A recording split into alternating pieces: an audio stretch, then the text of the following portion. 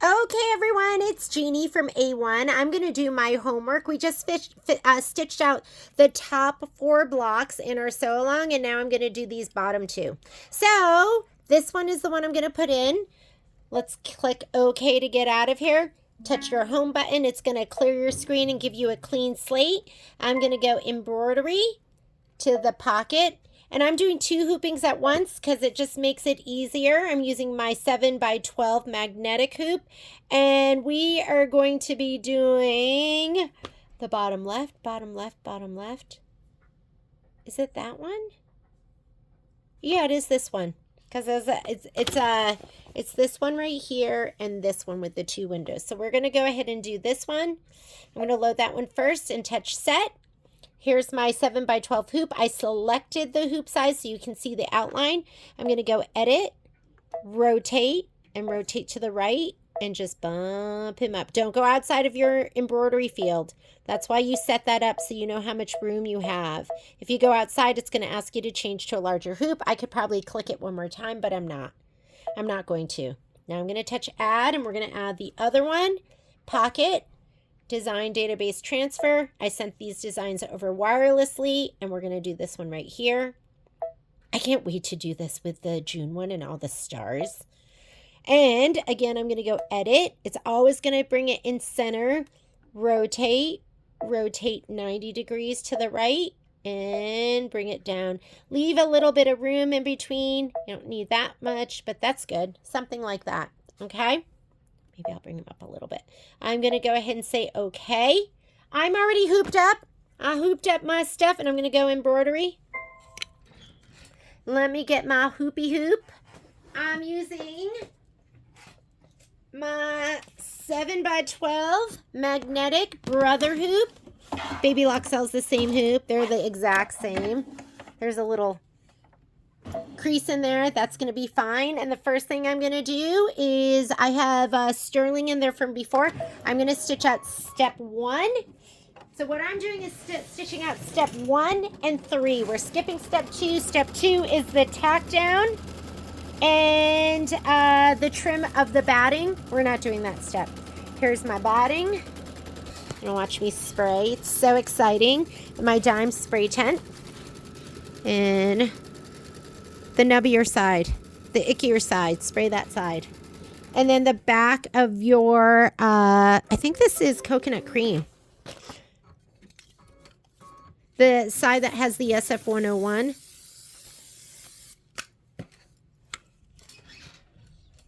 And we're going to do step 3. So come on over here.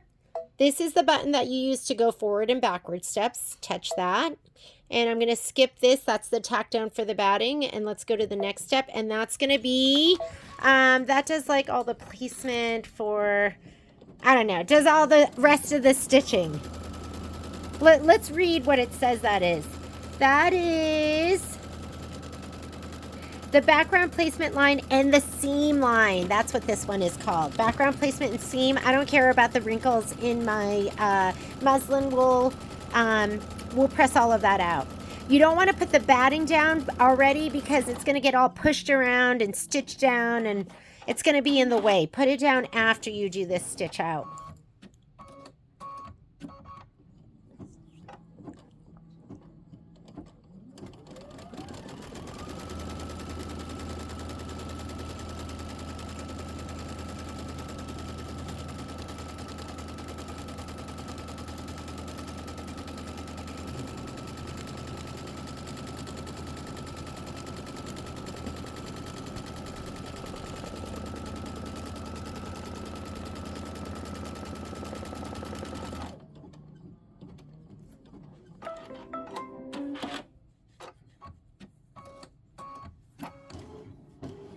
Okay, I'm going to just kind of pull that forward. Let me lay down the batting. I cut my batting a little bigger. It should fit the kind of that outer, the middle line. Not the innermost line, but the middle line. And then I'm going to lay down my background fabric. Just kind of center it to this.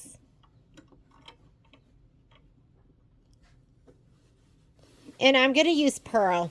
to stitch it down. And Pearl's also going to do my, Pearl's going to be the color I use for the background quilting. Pearl, where are you? There you are, you gorgeous color. It's kind of the color of the coconut cream. The instructions call for linen, but I've been using Pearl because I just like it a little bit darker.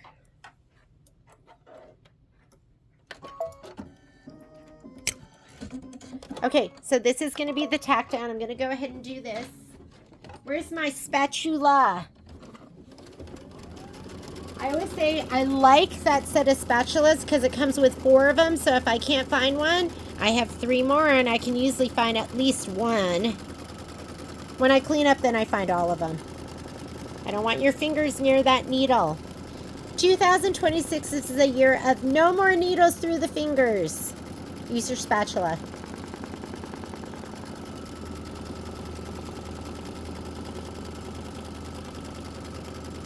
"102 minutes. This is going to be a lot of stitching.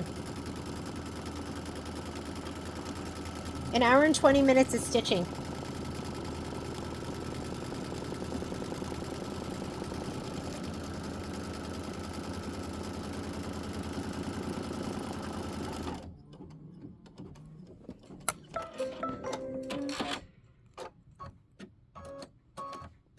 And now go ahead and do your quilting stitch. That's just a minute of stitching, and then we're going to start to lay it all down.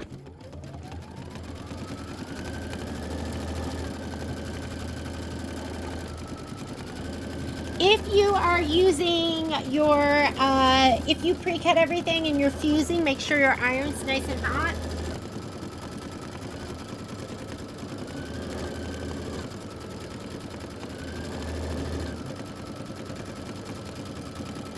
We're going to just keep that linen or the pearl in there, whichever color you're using. And we're going to do the house placement line next. And for the house, you need the long skinny piece.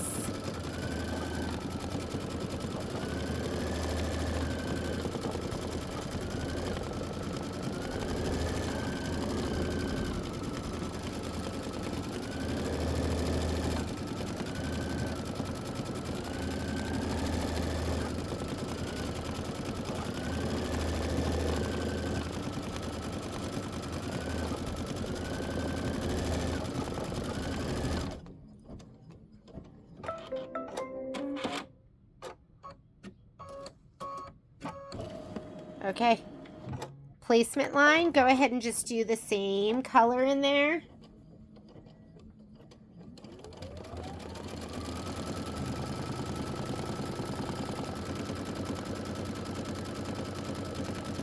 I already cut mine on the Scan and Cut. I fused heat and bond light to it.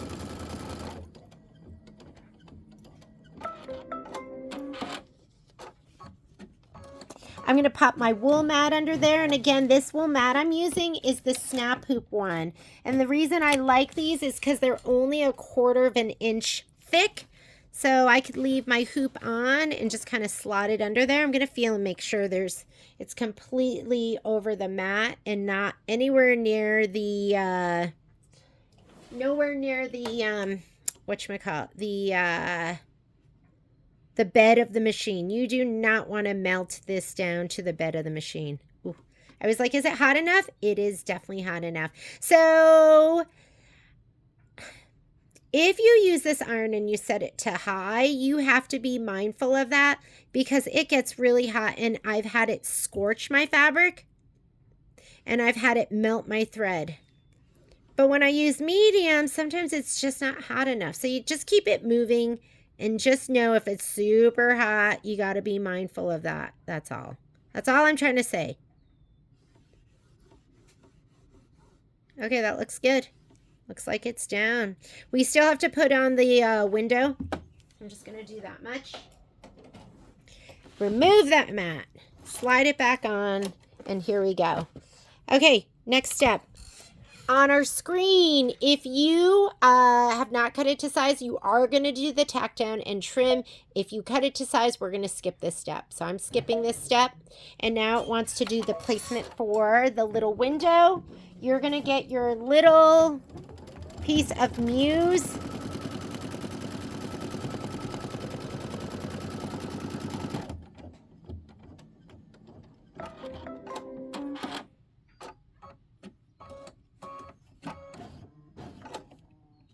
You know, I could put this down, and I could put my vinyl down, and that could be my tack down. Should I do it that way?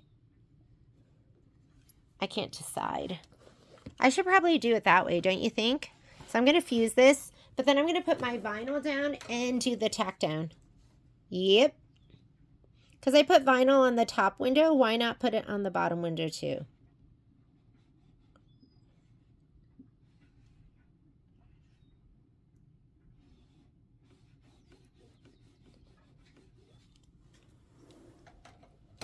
Okay, so I am going to do the next step, but before I do the next step, I'm going to trim these little flyaway stitches. Where are my snippers? Here they are. So see these? Remember the other one? I just left it there, and then of course it curled down, and then it was in the embroidery. It's Murphy's Law, right?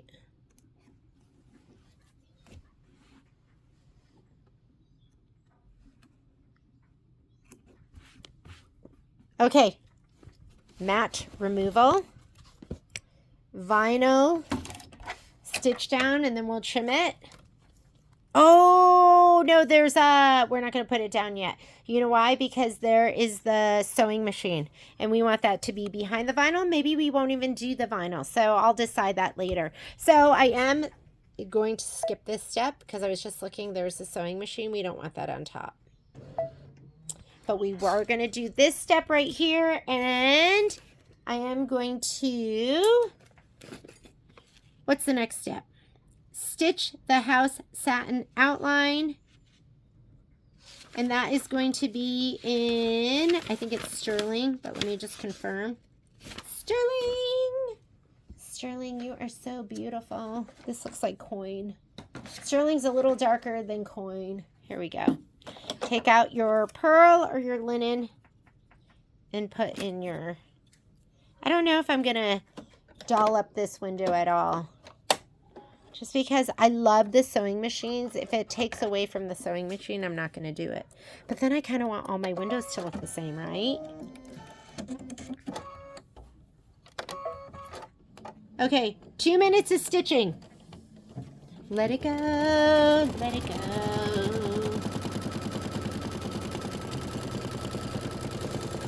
So I'm gonna run upstairs. There will be no talking for 2 minutes. I will be right back.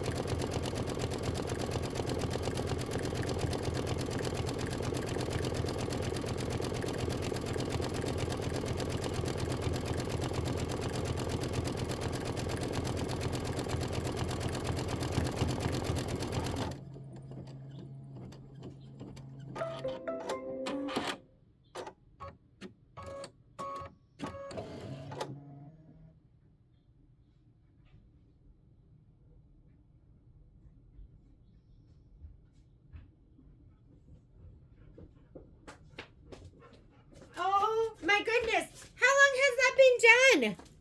I'm sorry. Dead space. I really thought I was gone for like a minute. Okay, we're going to put black in. Have you been sitting here just like listening to silence going, what the heck? I couldn't help myself. I went upstairs and I shoved some cheese crunchies. Patrick brought home some snacky food from the camp trip. And I was like, oh my God, cheese crunchies. And then he was showing me a van because we'd like to do van life at some point.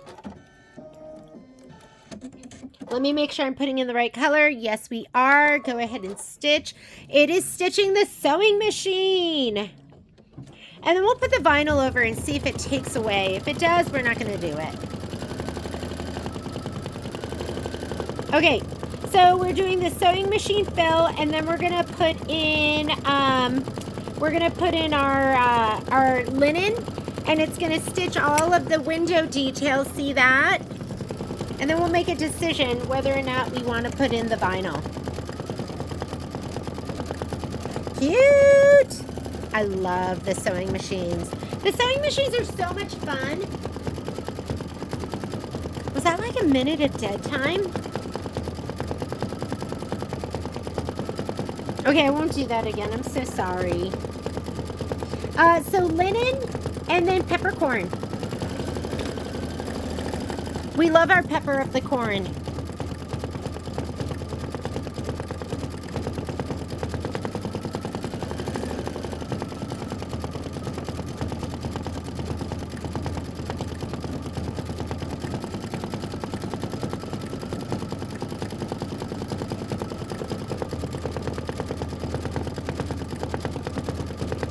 If it's stitched out that like it did the other window, I like doing the window pane first without the glass on it, without the vinyl on it. So I'm going to go ahead and let it start stitching and see if I can catch it again before it does the outline stitch. Oh, geez, that is too cute. That is too cute. Wouldn't it be fun to put like a little picture in there? Like, of me? No, I'm just kidding. I'm just kidding. But you could put somebody standing in the window.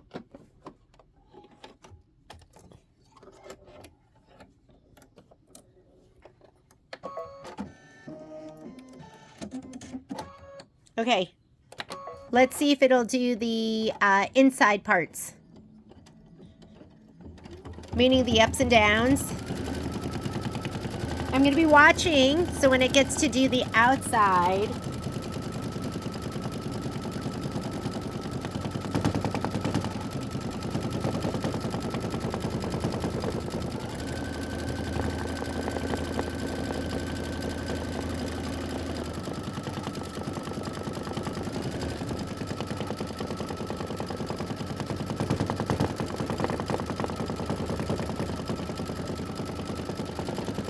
they look a little thicker. So there's going to be, just like the other one, there's the thin ones, and then there's going to be some thicker lines going through. Here we go.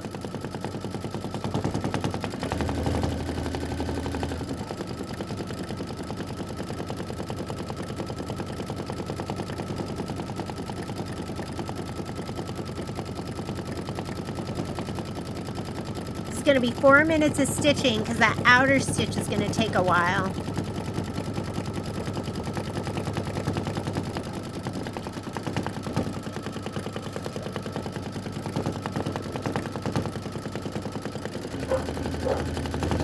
Okay, then I'm going to go, sorry, mangy mats, mangy mats.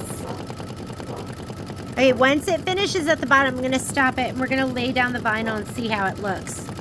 I think it's going to look amazing, like a magical window.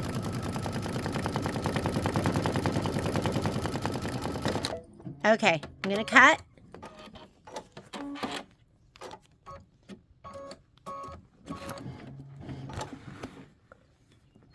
Let's see. If it looks like cloudy, I'm not going to do it, but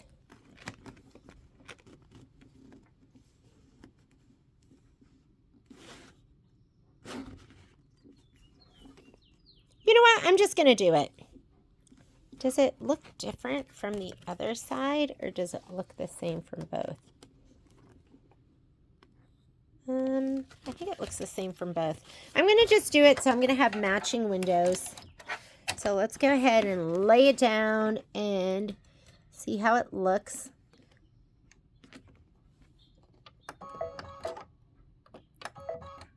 I'm holding it down.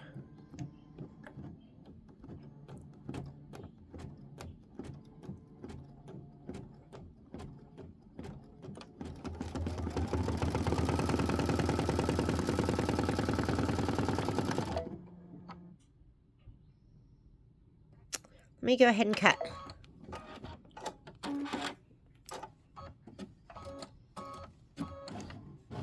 I'm just going to make sure that window fits. The window, that it fits the Muse fabric, mustard seed.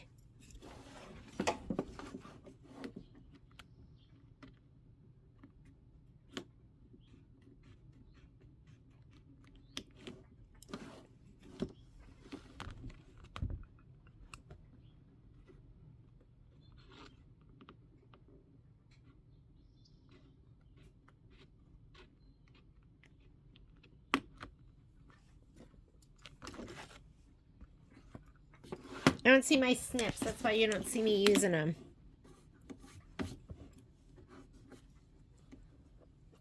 Where are you, snips? Snippy snips. Let me see if they're in here.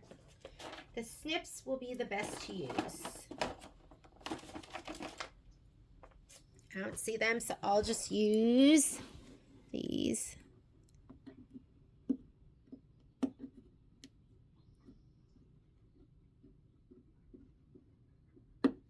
Okay, and then if I have to hold it down a little bit, I'll use my little spatula. Okay, here we go. Let's see how we do.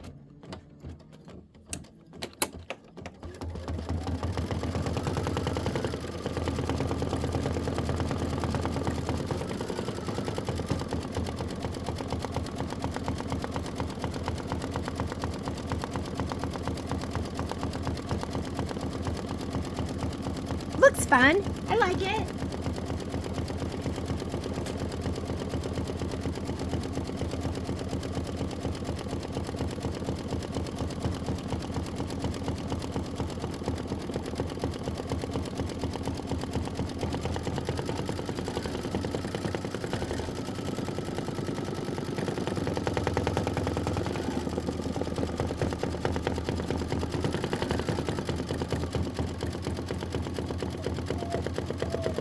Hi, Momo.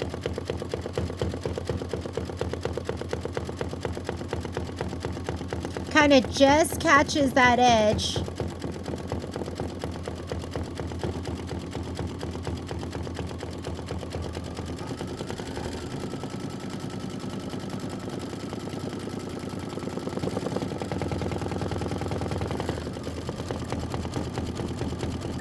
So make sure you don't undersew. It has to go at least to the edge of the fabric. And you could have it go a little bit further than the edge of the fabric if you want to.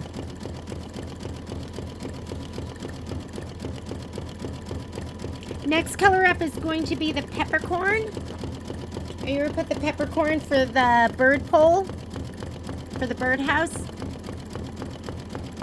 I think that looks great. I love it. Love!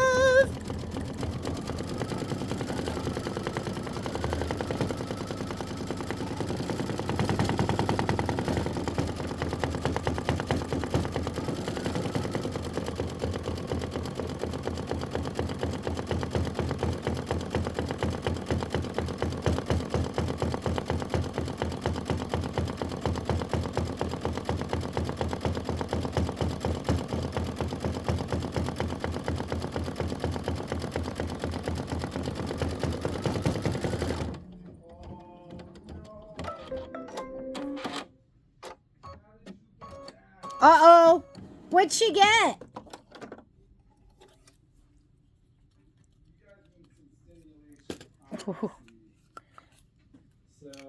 was it the, I hope it wasn't the cheese crunchies because I didn't put it. Here. Was it the cheese crunchies? Come here. What'd she get? Here. Momo. You don't even want it? You don't even want it? No. Here. All right. Get going. Birdhouse pole fill. And then the flowers. Your flowers are going to be in rhododendron. So we have a rhododendron plant in front of our house, and like it was, they planted it like super close to the house, but it's in the shade of one of our juniper trees. And then there was a huge, one of those huge bush shrubs that was like, how big do you think that shrub was, Patrick? Like 10 feet by 8 feet? Like it was huge. Yeah, like just like this. Yes. How big do you think that was? I'm just gonna go get it. It was like more like 10 by 10. Yeah, it was huge. And we ripped it out, and I don't even know if we realized there was a rhododendron there. But now that we removed it, it's so pretty. And like it's still kind of in the shade of the juniper. But it still blooms and it's pretty, and the house looks so much better without that shrub.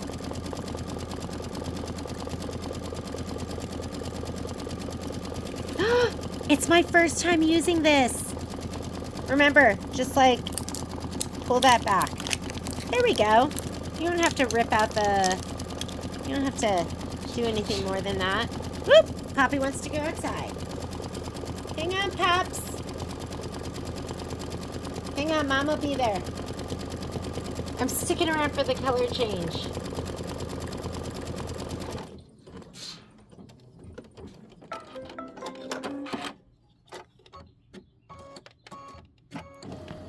Okay, take out your peppercorn, put in the rhododendron. Rhododendron? I hear you. Hang on. She's impatient like me. Momo is Patrick. Poppy's me. Except Momo's whiny and Patrick's not really whiny. Here I come, Pops. Here I come, baby.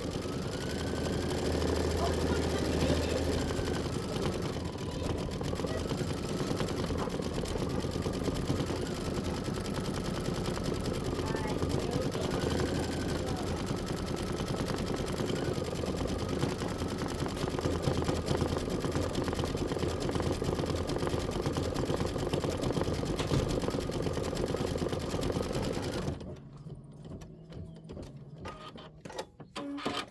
We had to defend little Momo from Poppy.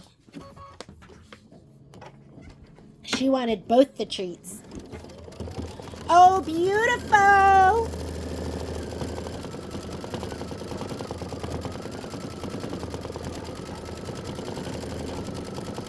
And then you're gonna do the flower one, leaves and stem fill, and that is the green with a line through it, which is sage. So get your sage thread. I'm always like feeling this, like, is my mat under there? Nope, I remembered. The noggin's been working.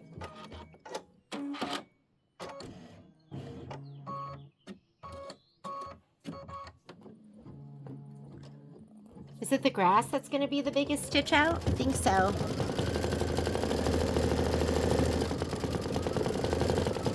I'm waiting for that to go get a snacky food.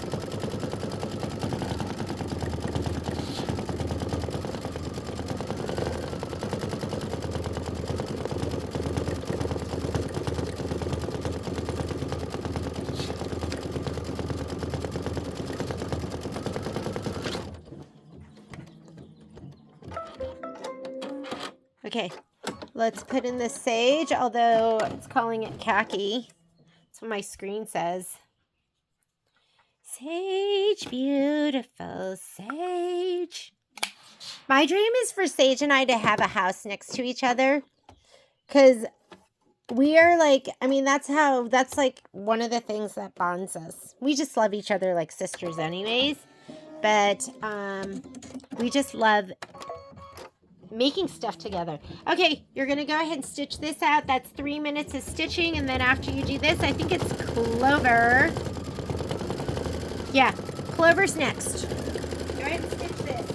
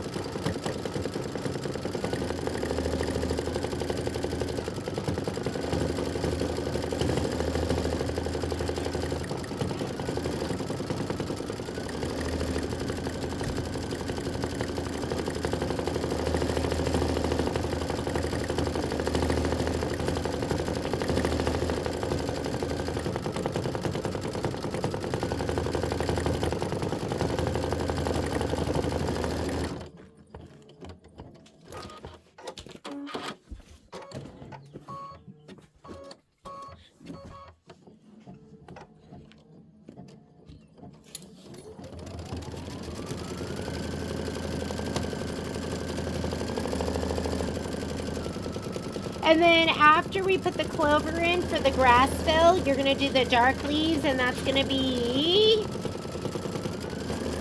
Soldier Green. These are cute. Oh my God, I love my window. I love my window with the sewing machine. That's it. All my windows are going to have this vinyl. I didn't put them in April though. I should have done April too. Oh well.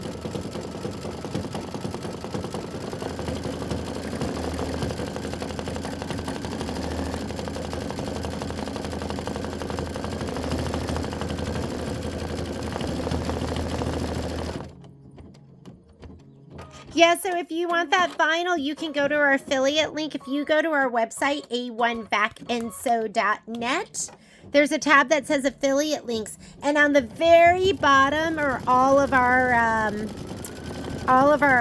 Amazon affiliate links.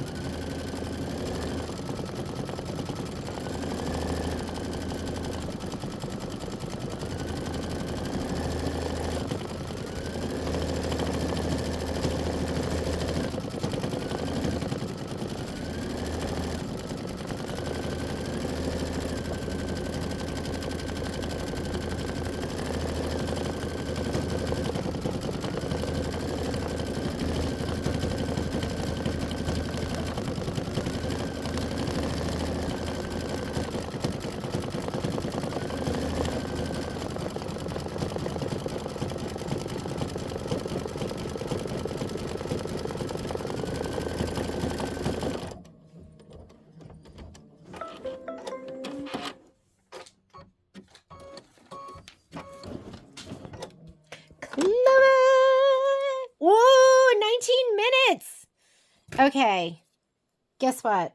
I'm going to put in a brand new bobbin, and the reason for that is because I am going to run upstairs, and I'm going to come down and check.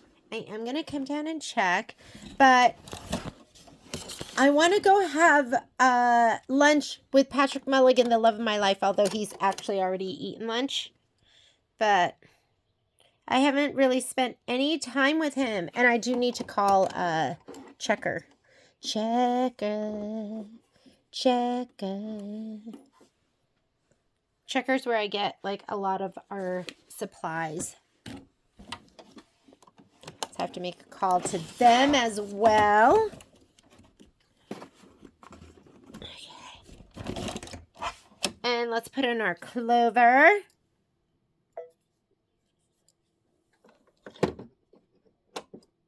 Crimson and clover. Sorry, I got the music in me, and when you get the music in you, you just gotta sing. 19 minutes, let it go. Let it go. Let it go.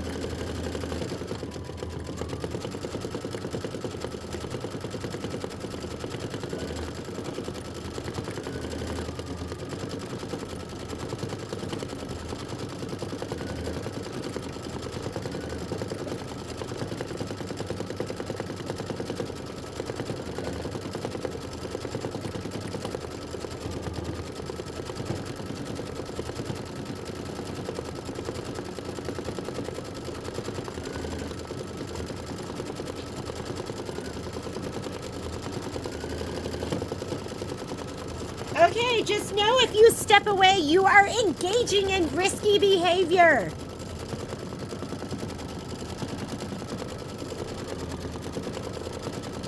I am barely into this 19 minutes, so just keep stitching.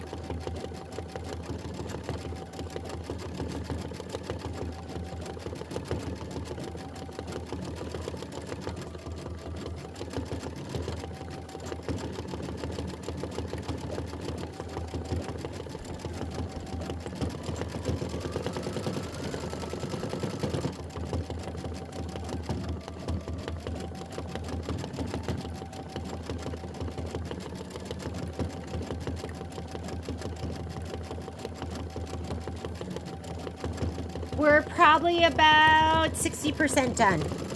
Just keep stitching.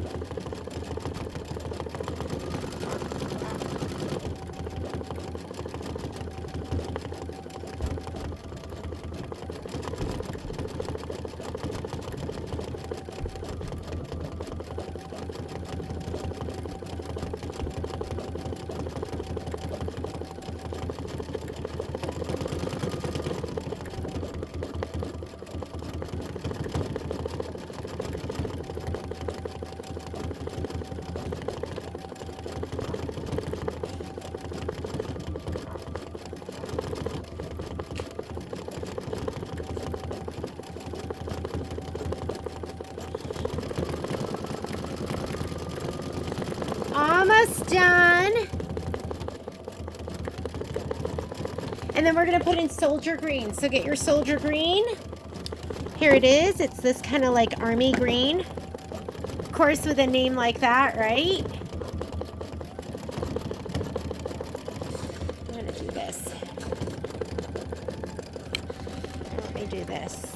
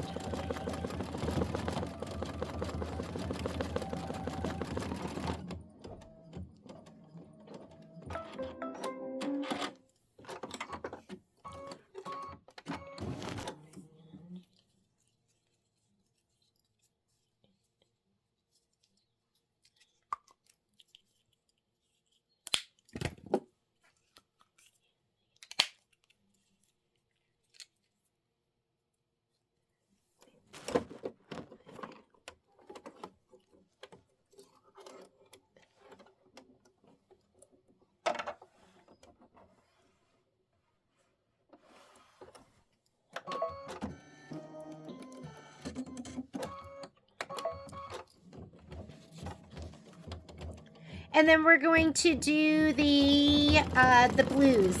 We're going to do Oxford and steel blue, and it is Oxford first and then steel blue. Oxford, steel blue, and lemon ice.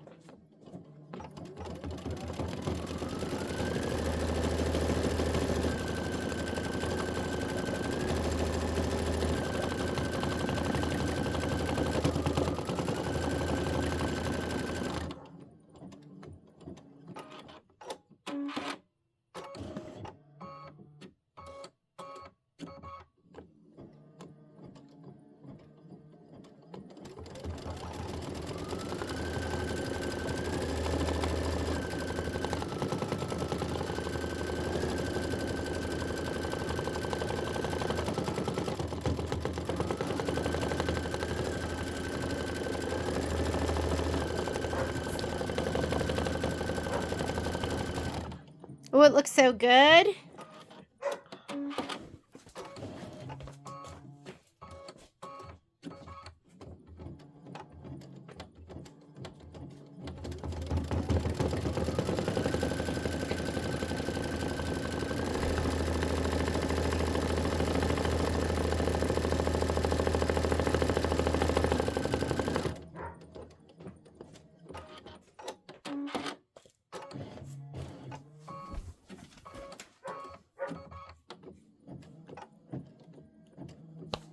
And this one I think is the short one. It's the next one that's going to take even longer.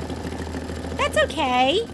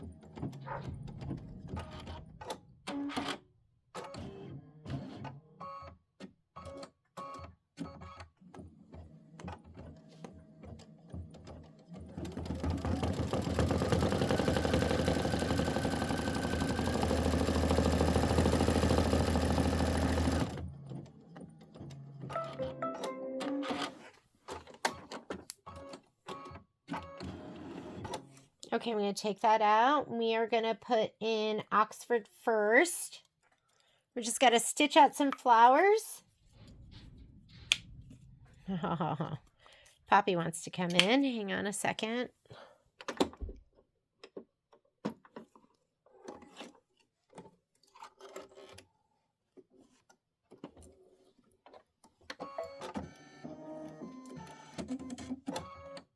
Here we go.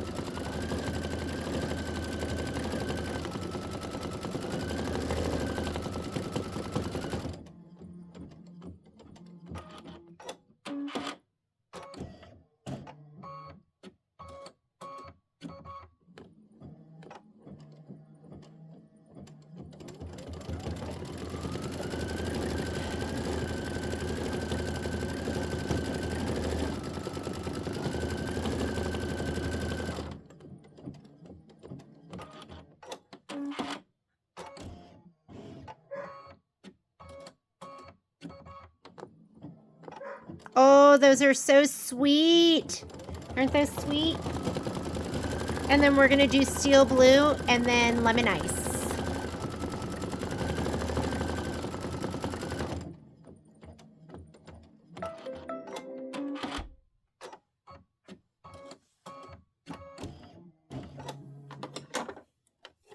I'm going to have to look at my other instructions because I think maybe I put it in the video. Maybe I put it in the video with the size I cut everything down to. Because I didn't cut it right on the line. You don't want to cut it on the line because look at the line is pulling in.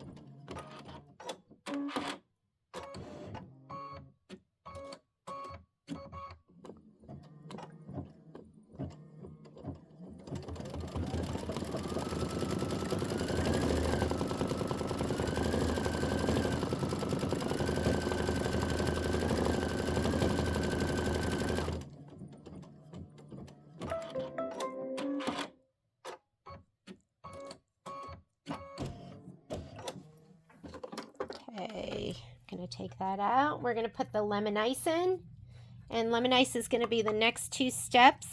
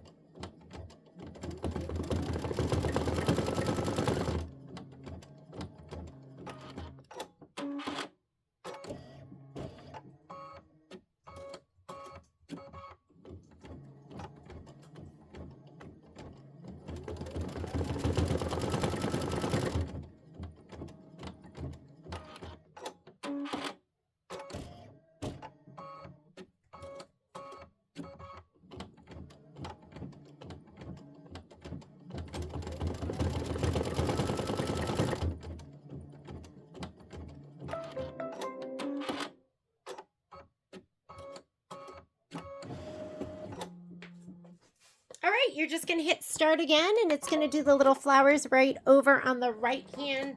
Well, I guess it's doing them on the left and the right. It's going to finish those up. 1 minute stitching.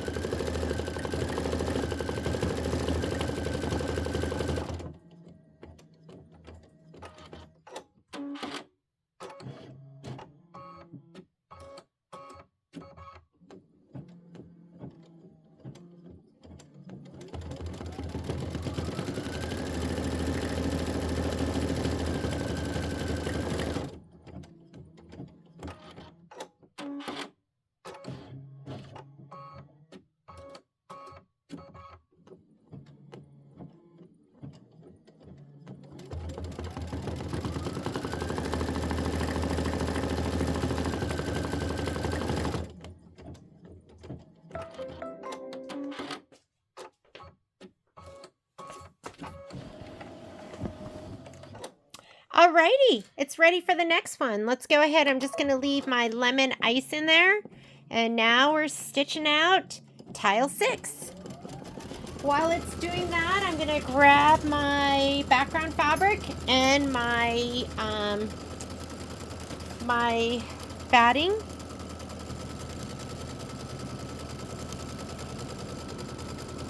I'm going to give them a little shot of spray on the SF 101 side. And then we'll lay it down. Oh, we're going to skip the next step. If you're cutting your batting to size, which I highly recommend, I'm going to get out of here. And I'm going to go, we're going to skip that batting tack down. We're going to do step number 3. Go ahead and stitch that out. Don't lay down your batting yet. Stitch step 3 and then lay it down.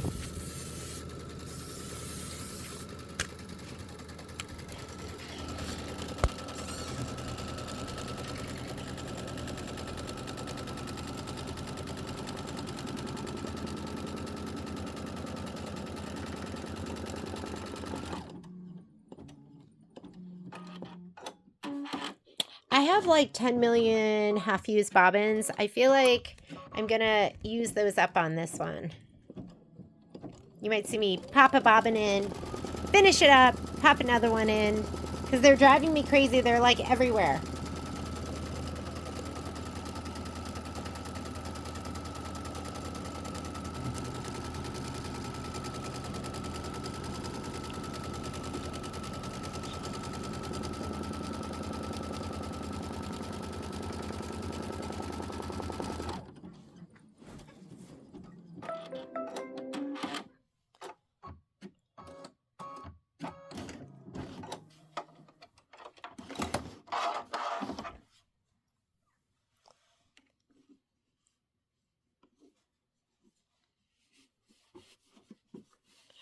There we go. I know it's hard to see because I use the lemon ice. And now we're going to go ahead and stitch the tack down. I'm going to put purl in. That's what I've been using. Purl, purl. Those are the kind of names where I didn't love them, but I love them now. Like, I love all the old-fashioned names. They're just like, I don't know. There's something so sweet about them. If I had another baby, I told Violet, can you have a little girl and we can name her Hazel? I just love that name. And I think Violet's like an old-fashioned name too. And she loves her name. That's important, right? It's nice to love your name. Okay, this is the tack down stitch, and then we're going to go straight into the quilting stitch from this.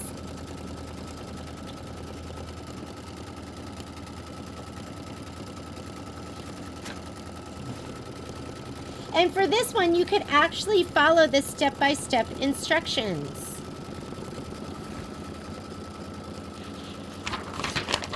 So right now what we're doing is we're doing this quilting stitch right here. And then we're going to do the house placement line.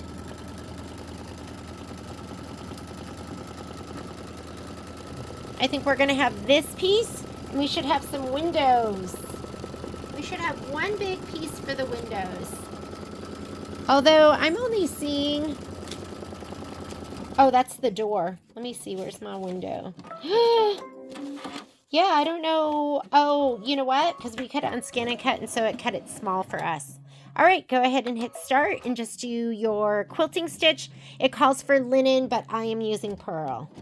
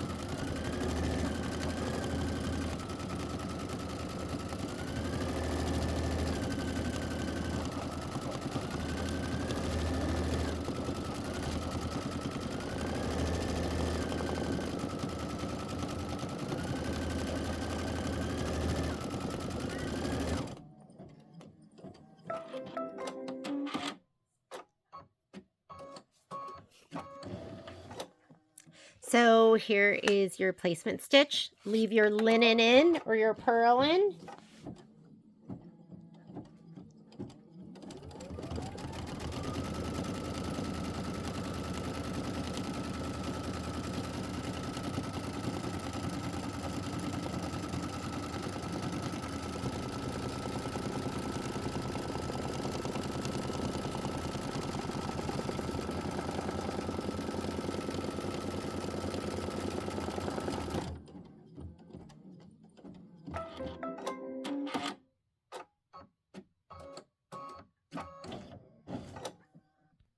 All right, I'm going to pull back the hoop,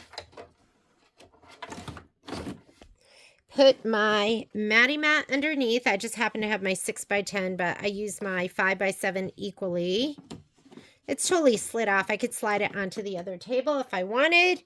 Here is my... What was the point of quilting? You know what I don't like?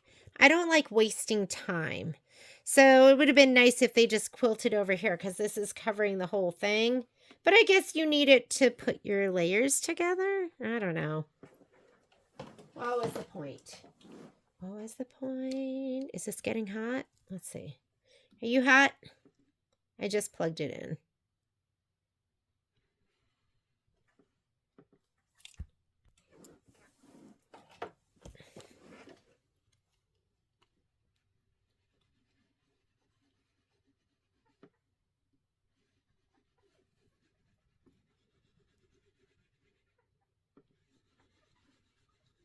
I want it to stick everywhere, so I'm just going to go around the whole thing.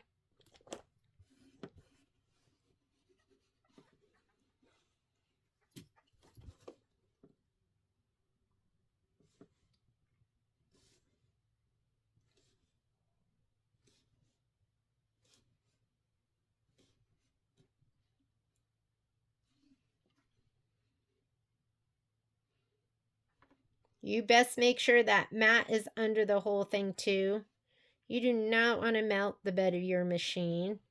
And if you feel like you're not going to remember, you can't be careful enough, or you're unsure, pull the whole thing off and just take it to your ironing station.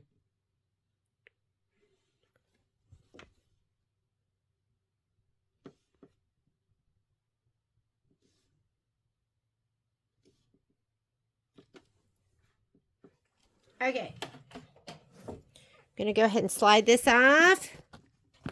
Slide this back on. And I'm going to skip a step. I'm not going to do the tack down, but I am going to do the placement step for the window and the door. And mine are cut to size.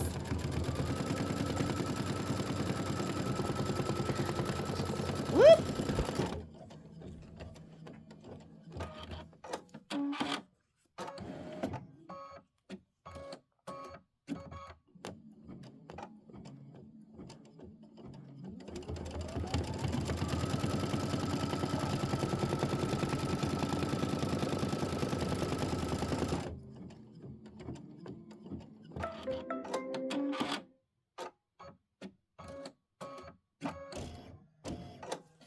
Okay. Go ahead. Matty mat. I have a door window, and I have this one, and oh, do you see that? All right, let's go ahead and press these down.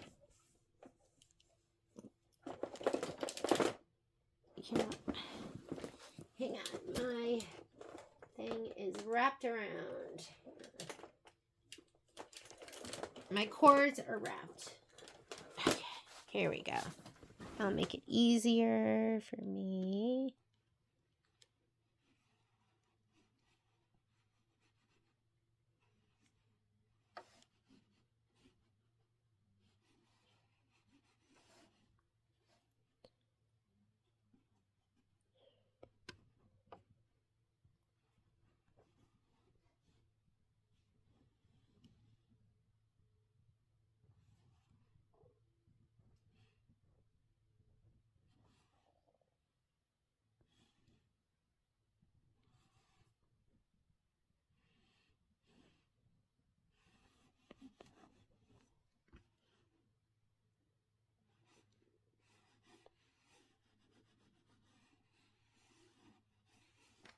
All right, next step, slide this back on, and let's see what it wants us to do. I'm going to skip the tack down and trim, and it wants us to do the outline stitch of the machine. Where's my book? Here it is next to me.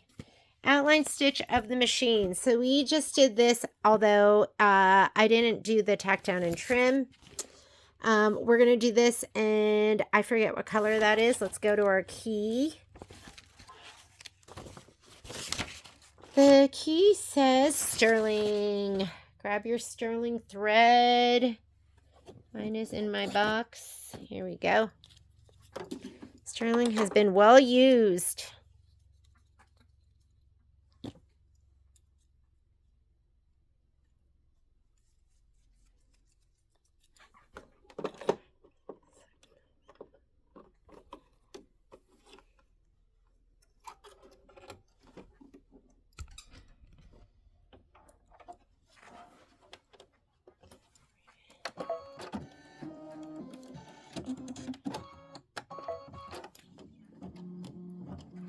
And this is going to be 3 minutes of stitching.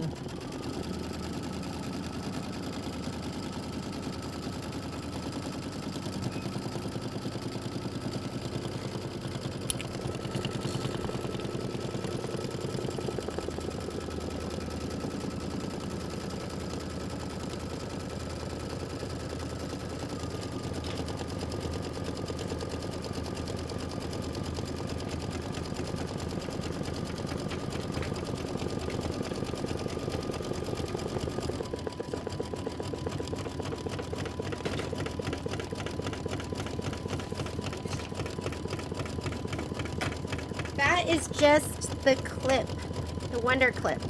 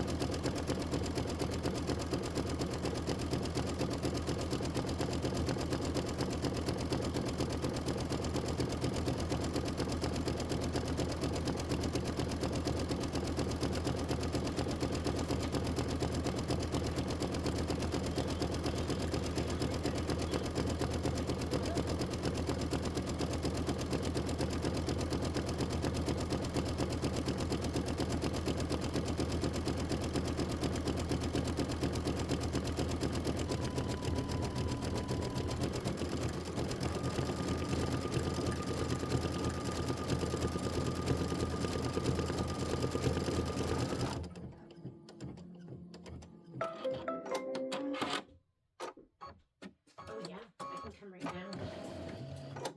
Or whenever. Okay. Ooh. Whoops. Hang on. I paused it and then I just started it. Okay, so I stepped away, so I'm trying to find where I am right now. So it just stitched out this part, and now it wants to stitch out the stem detail, and that is in Soldier Green. So let's go ahead and put Soldier Green in.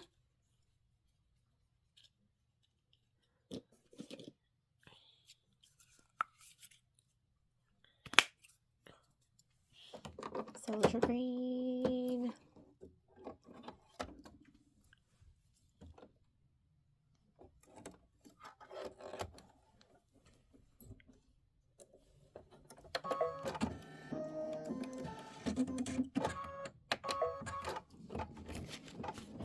And then we want to stitch the outdoor flower pot, and I think that is Sand Dune.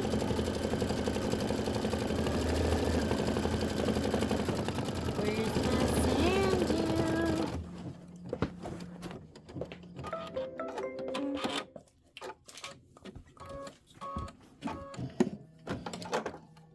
Okay, Soldier Green. And we still have, this is 50 minutes. So I have 50 minutes out of 102 minutes. So we still have 52 minutes to go on this one.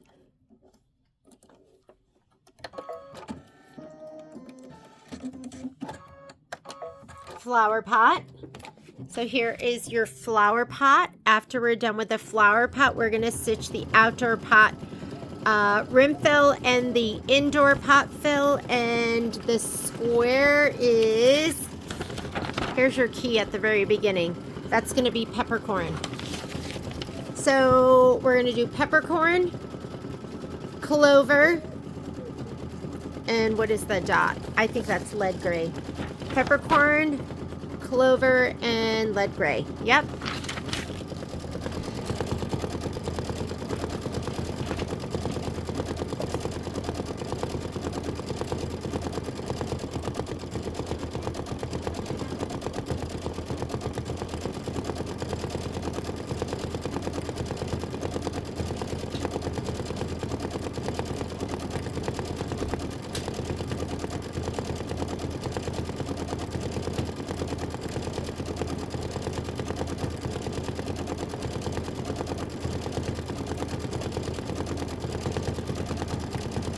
Okay, get your peppercorn next.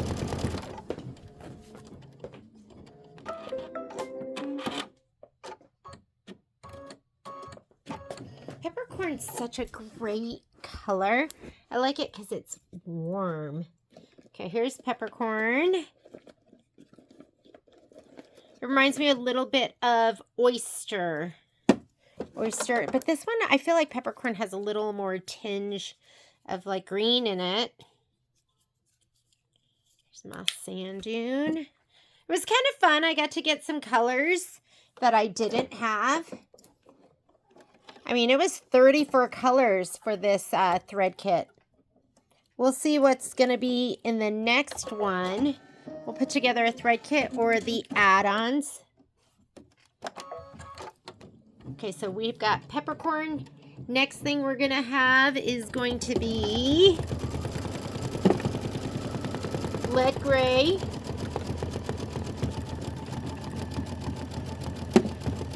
Oh no. No, next thing we're going to have is going to be clover. Sorry. So this is peppercorn and then clover for the plant.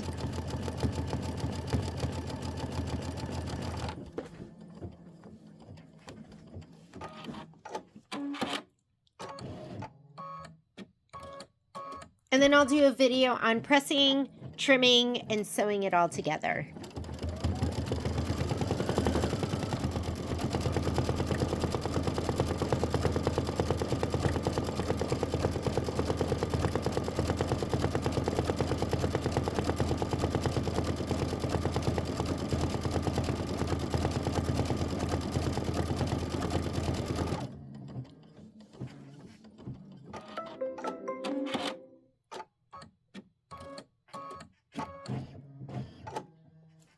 Right, let's put the clover in.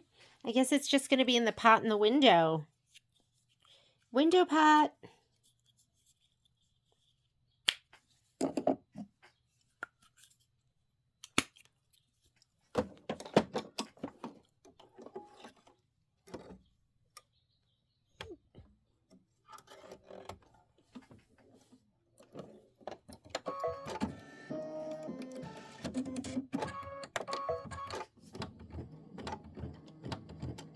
And then you're going to put in the lead gray. The lead gray is going to stitch the door frame fill.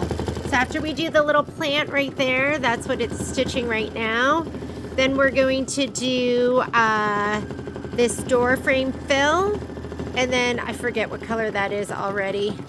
That is, I think that's sterling.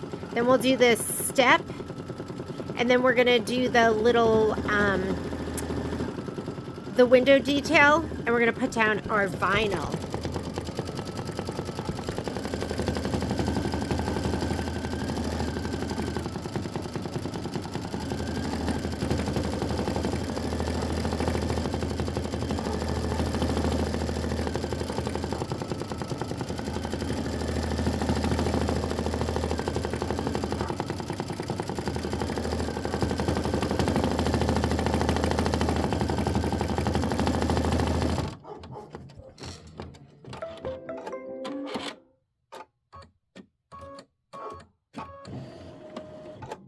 Okay, let's put in our lead gray.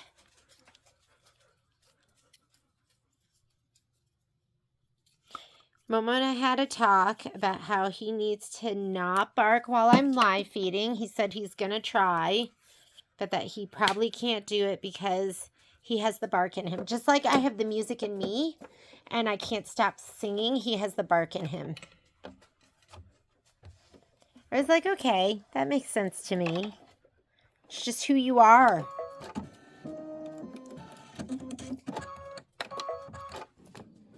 This is going to be the door frame fill.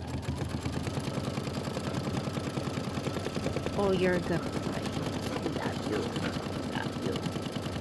And then we're going to put sterling in. And he did pop up a little bit. That's okay. The frame will make it go down. The window stitching.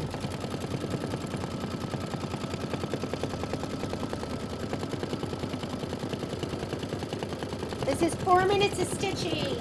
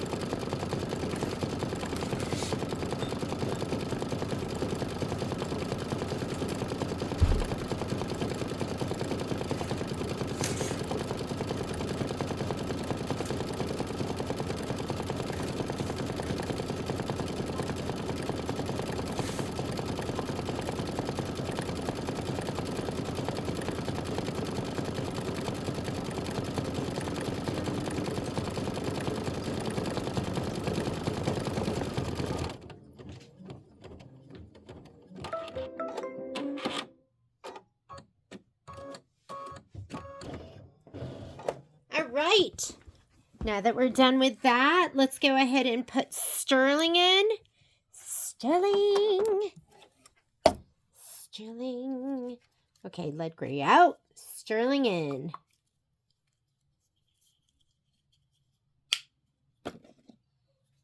And sterling is going to do the stair fill. Now we're doing the stairs. Make sure that's what you see on your screen.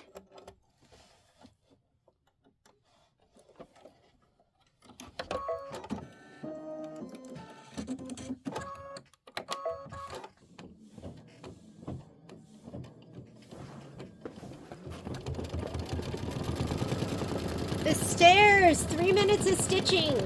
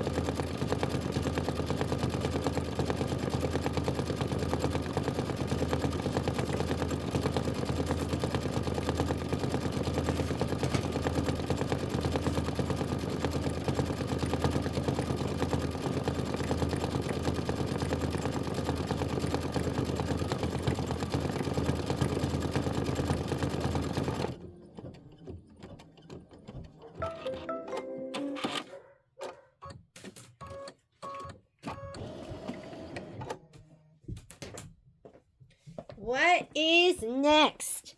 Okay, now you're going to put in linen.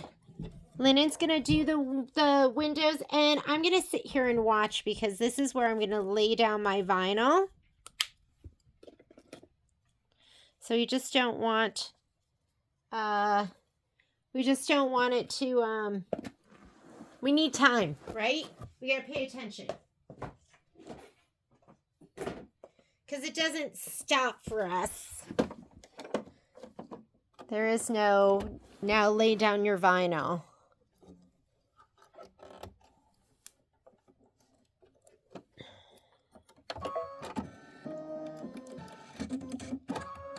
Here we go.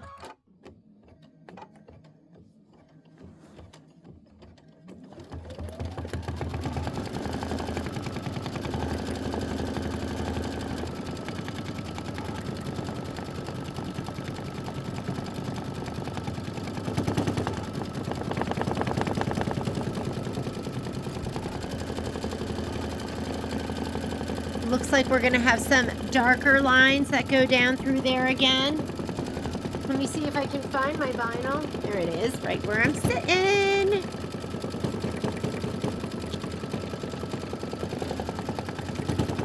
I don't see any stray threads in there. You look good.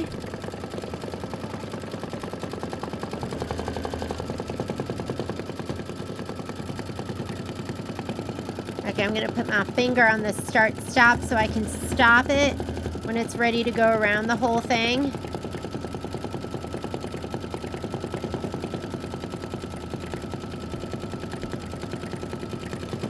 Guess we have a little ways.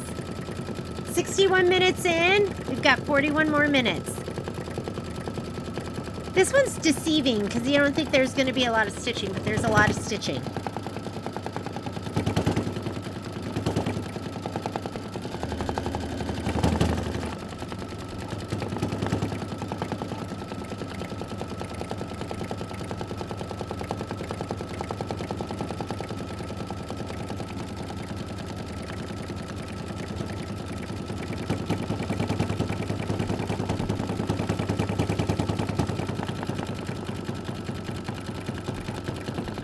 Whoop! I'm going to cut. And I'm going to go back, whatever, how many stitches that was. That just happened so fast. I couldn't catch it. So minus, minus, minus, minus, minus, minus, plus. Okay, this is what I want. Just the outline stitch. Okay, I'm going to flip it. Flip it.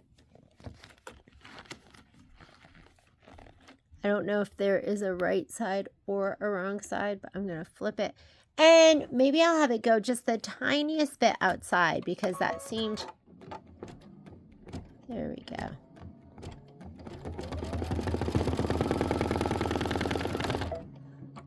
Seems like it's already headed in there. I'm going to go ahead and... Well, you know what? Let's see what happens if we go just a little bit further. Hopefully it's going to go up one of the sides, like come in, go out.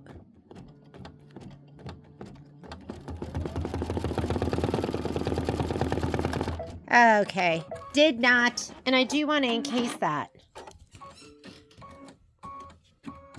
So I'm going to go ahead and just kind of cut it so it fits the outside of the window outline. I do want this nice and close here. Let me get my snips. Where are you? I saw them. I saw my snips, and now I don't. Let me get a different pair of snips. So I have many. There are many to choose from. Whoop. Okay, I'm going to go full on straight around for where it hasn't cut yet. And right here, I'm going to go full on close in.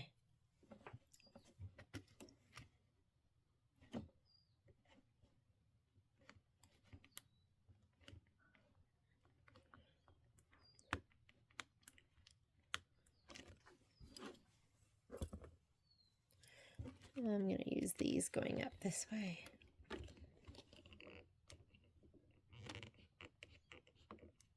Oop, hope that's not too far in.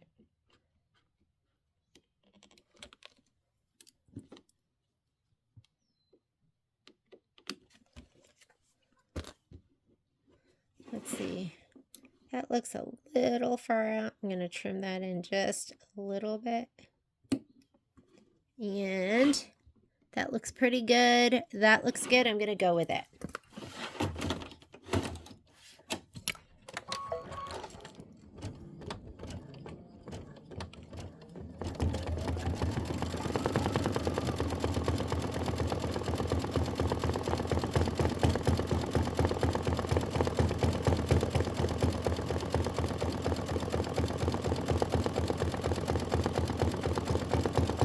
So you kind of have to catch it and work with it. It's time? Okay. Thank you.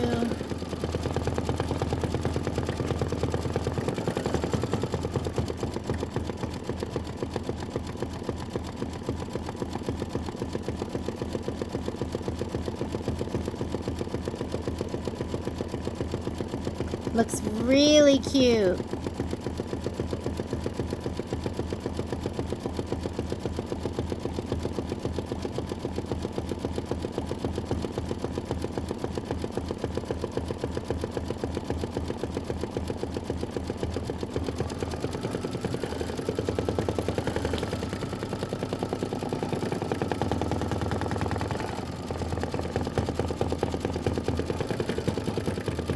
I have a little bit sticking out over here, but I'm not worried about it.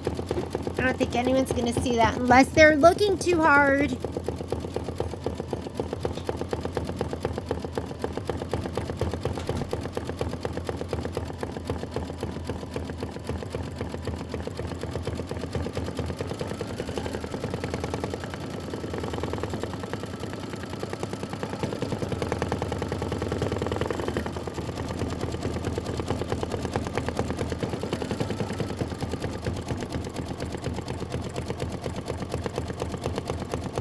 And I just love the way it looks. It does. It looks like the sun is making a prism in the window.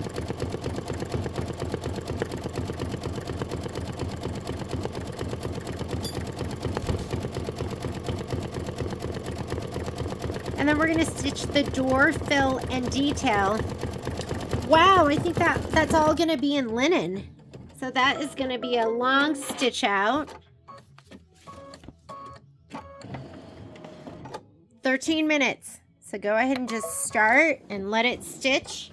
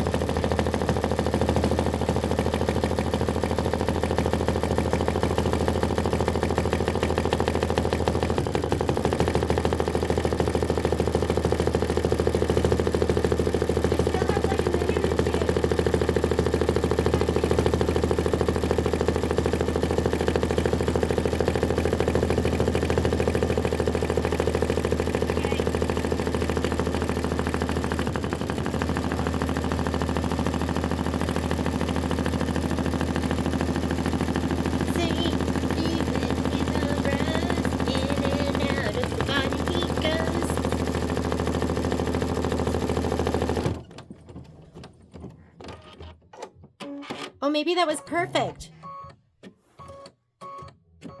Oh, sorry. I forgot it was still filming. I thought I had way more time. Did you like my singing? Patrick and I we're in the sauna listening to the Grateful Dead. And for some reason, I thought it was filming, but not recording any sound. You got to hear me sing. Oh, look at that. I wasn't here to put the vinyl on the door. That's okay. It'll just be on the windows. Yeah, it's a wooden door. Patrick says it's a wooden door. It's painted. Does that make you guys sad? There's no vinyl. I'm sorry. Makes me a little sad. I wasn't even thinking about that.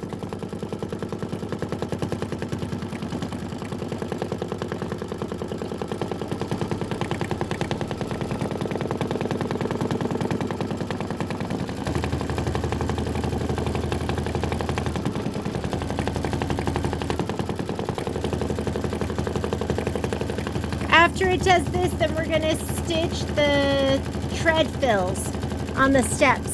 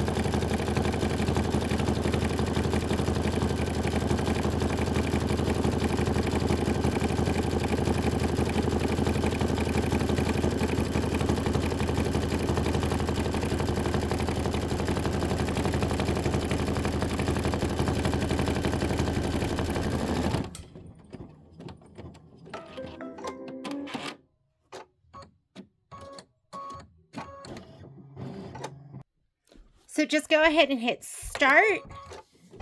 Now it's stitching out the details in the steps, the treads, and then get your black thread for the doorknob.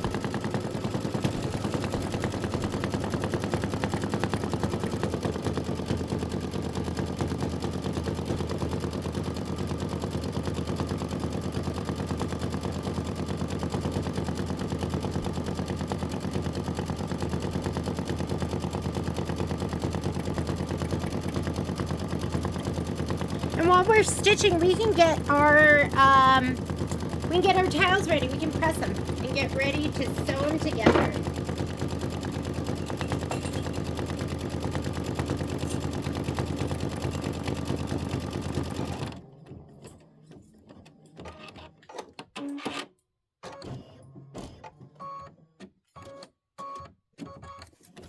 My scissors are a mess. I'm going to take a minute and put some of them away.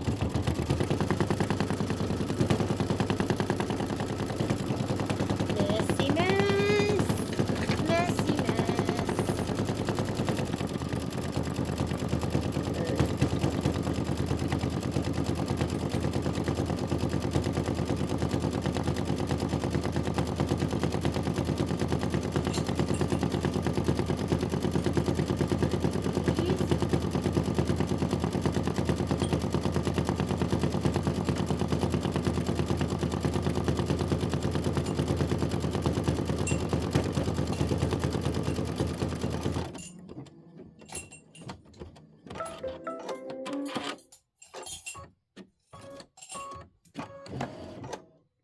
Stiletto. Okay. What are we on now? Doorknob. Black thread, please. Let me take out my linen. Linen.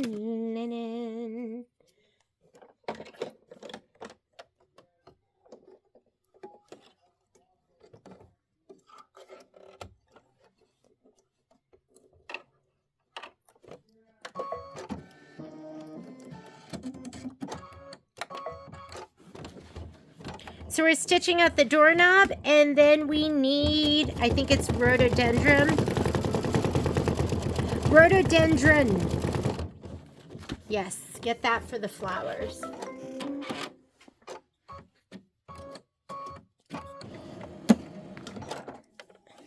It's my never-ending spool of black. And we're going to really have to press this.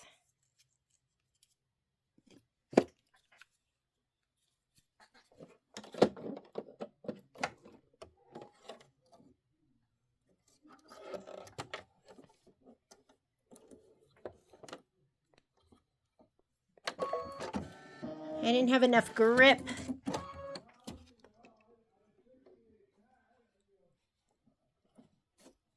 Hang on.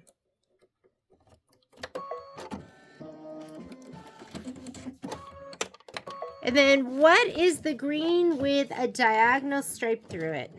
Sage. I'm going to use sage.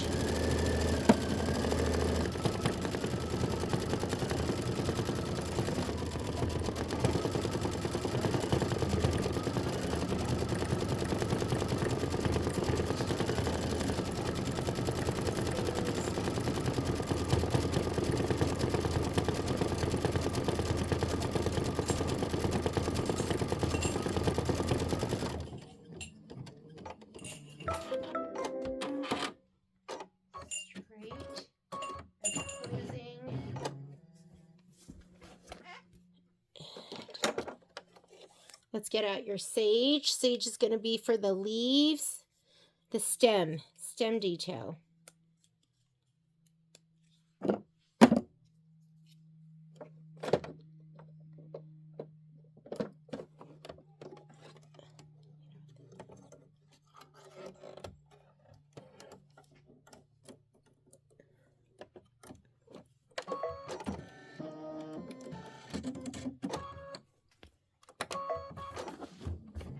And then clover and soldier green.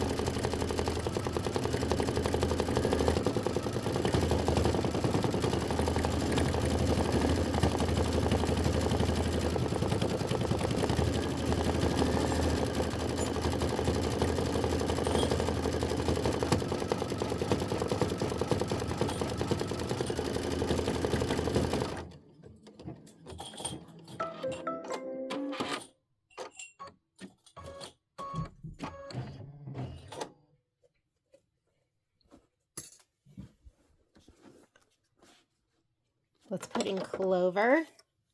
Clover's going to be the grass fill. And I think this is going to take a while. Let's see how long this is. Clover.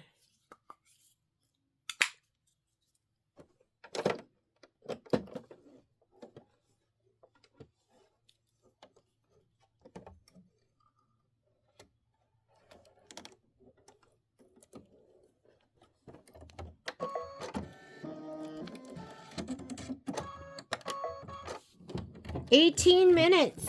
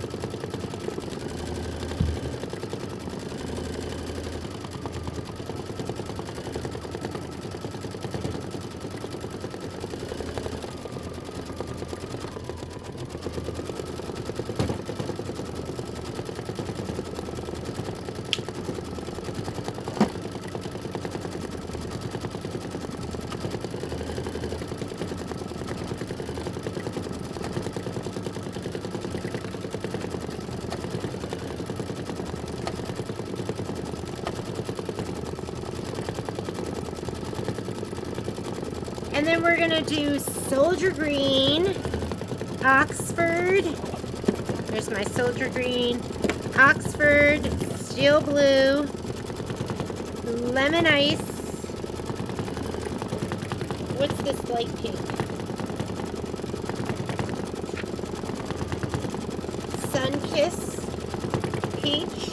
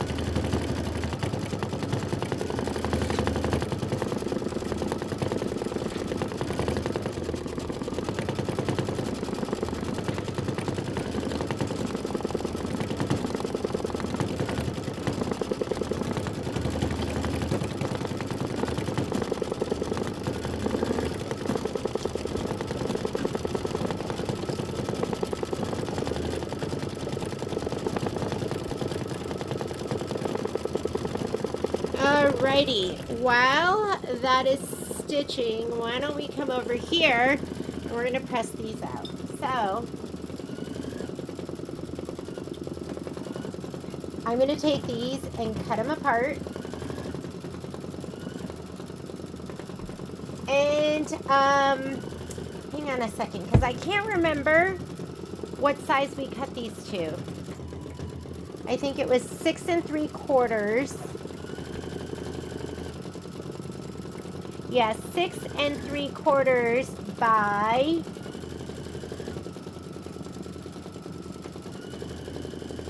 6 3/4 by 5. 6 3/4 by 5. I'm gonna write that down just so it can be in front of my face and I don't make any mistakes. So 6.75 by 5.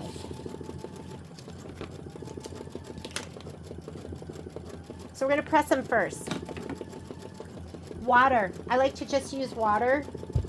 And I can cut them right down the middle because we're going to fussy cut to the outermost line.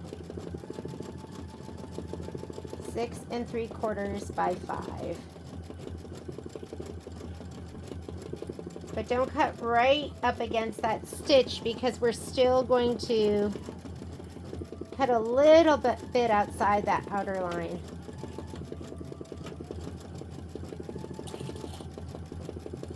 I organize this. Pens, tall things, little scissors, and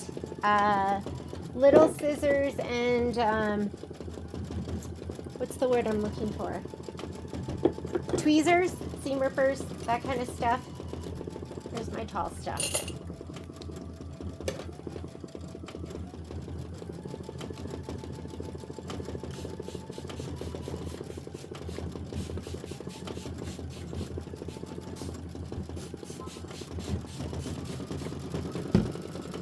Into your wool mat. I like to go one direction and then the other.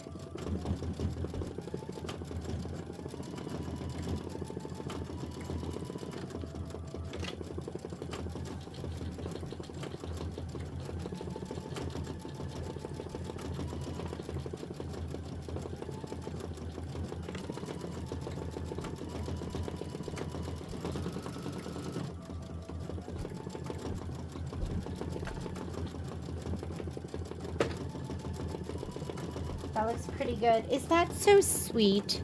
It's just so sweet. Love it. I met somebody and she was struggling with her embroidery. And when I turned it over, I was like, number one, it's just super dense. She was complaining about that her needles were breaking. And then when I turned it over, I thought, oh, maybe you're having a tension issue. Because the red was on the back all the way and I couldn't see the bobbin thread. And then I asked her, I was like, so, you know, we use white for most of our embroidery. So you're going to see white and it should pull maybe a little bit of the color to the back side. So, I realized she was winding a matching bobbin, and that can make it even more thick. Because if you have your upper thread is usually a 40 weight, usually. Sometimes you use something a little lighter and sometimes you use something a little heavier. Your bobbin thread should optimally be probably like 60 weight, maybe 80 weight. And as your number gets bigger, the thread gets thinner. So now she was using a 40 and a 40, so that was making it extra thick.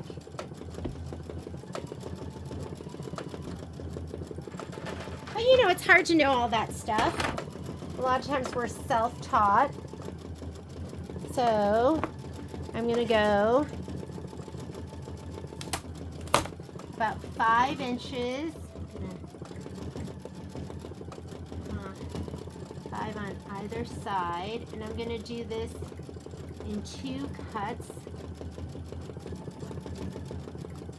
and 6.75. And I found sewing it together, they were pretty perfect. Pretty perfect, not perfect, pretty perfect.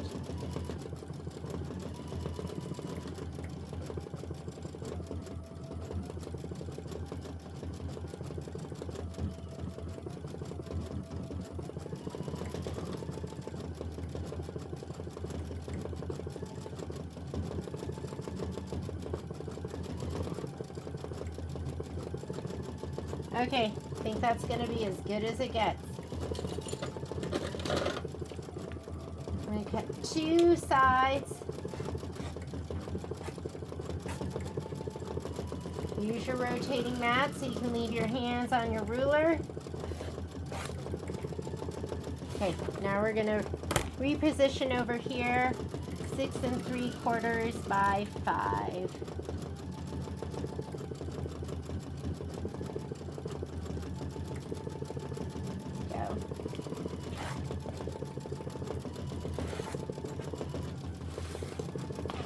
Cute. Okay. All right, let's do the next one.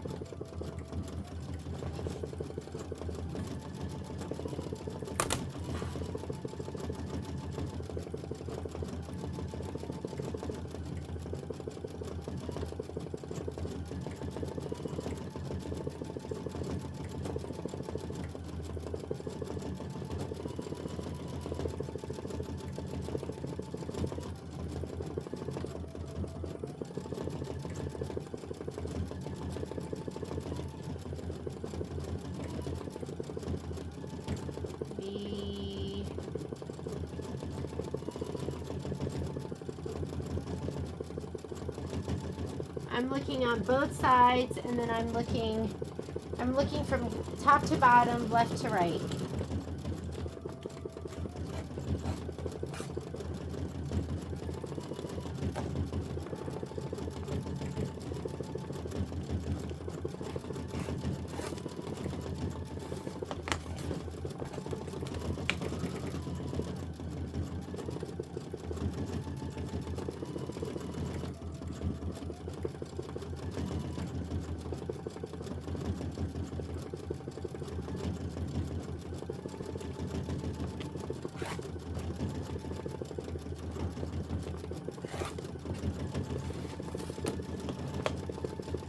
So sweet.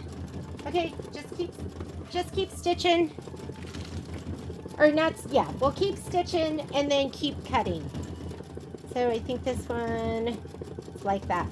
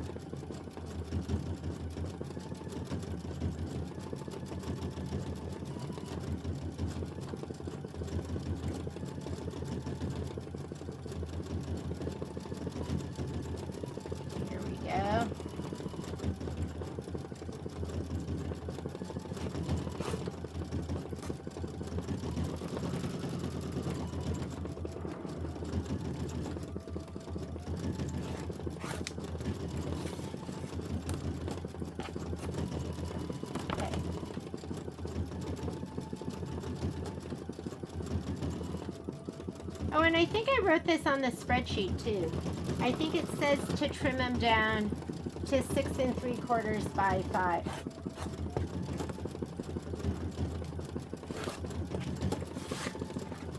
This one might be my favorite. Is this so sweet? Okay, while it's doing that, let's talk about trimming your jump threads.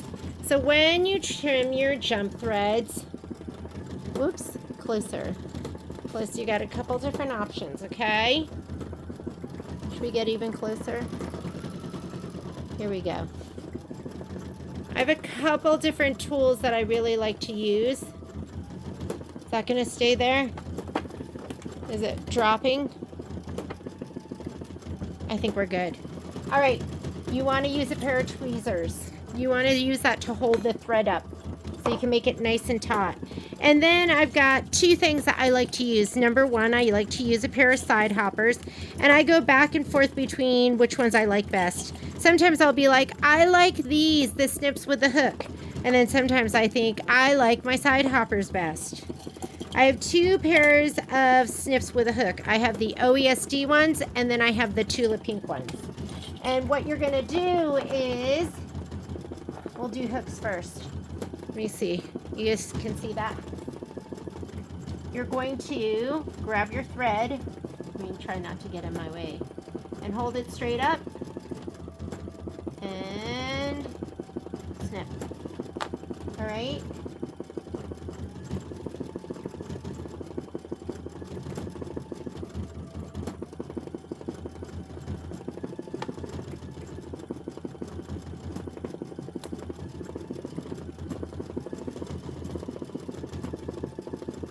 Who is this guy? Who is he and what is he doing? Okay, then you have the option of using your side hoppers. They're kind of like little feet. But again, you're still going to want to hold your thread up and then snip. But you just don't want to leave like a little stump.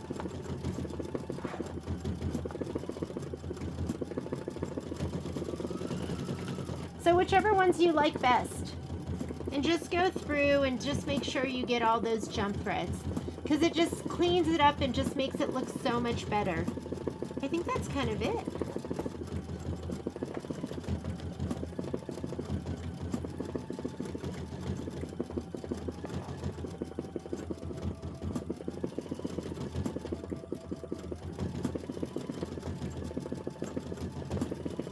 Or again, you can use the snips.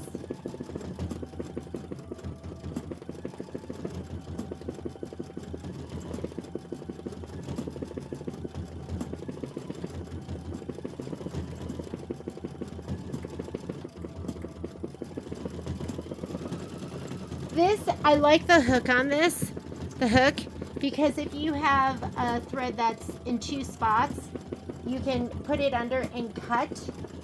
Can you see that leaf all the way over here? Let's get this guy. Like in between letters.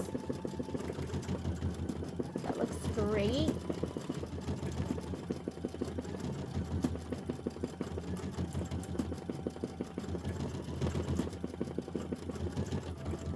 Like right here.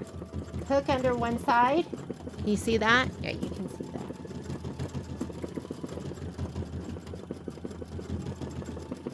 I don't want to get anything I'm not supposed to get. Okay, hook.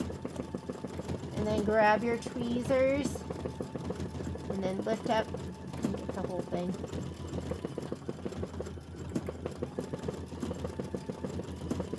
So sometimes it's dependent, what I use is sometimes dependent on what I can find.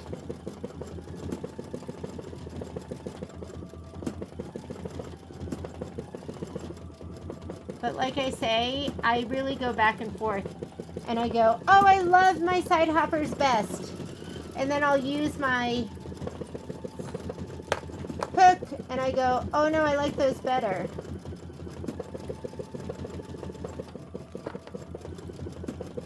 But you really have to use both the tweezers and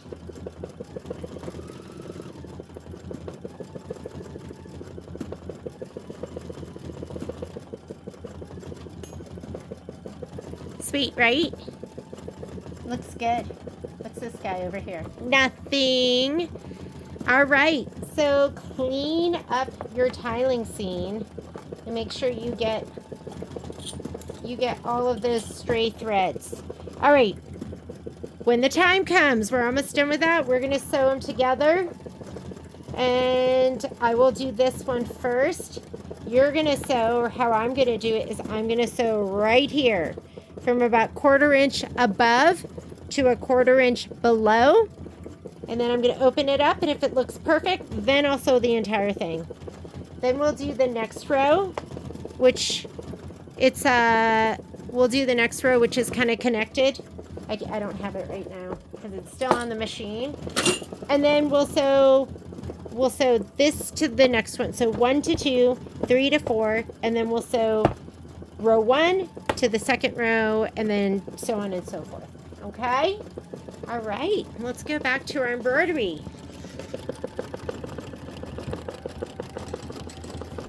But you need the right tool for the right job for sure. Hang on. I'm trying to get this in the right spot for you.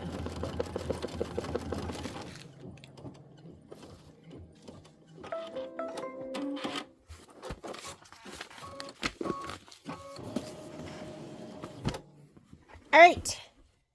We are doing, that was a lot of grass, huh? Soldier green. Put in your soldier green.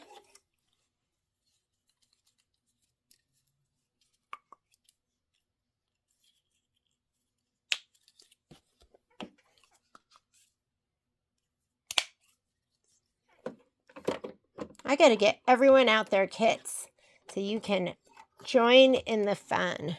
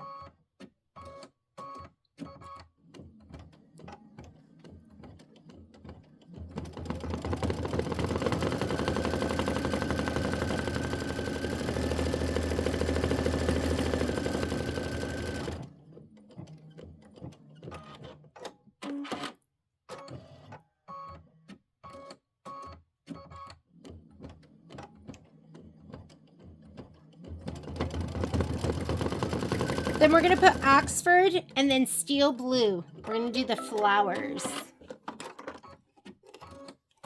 I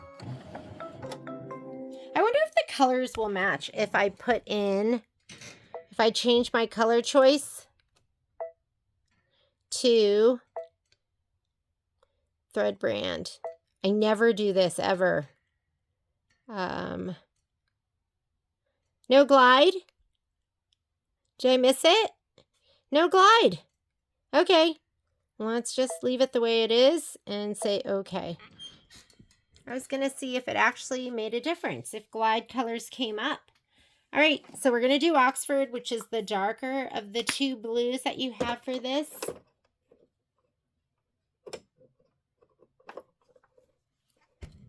Sorry.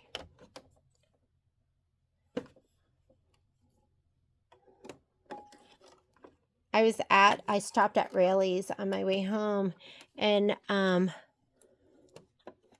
ran into a friend I hadn't seen in a long time. It was just so nice to see her.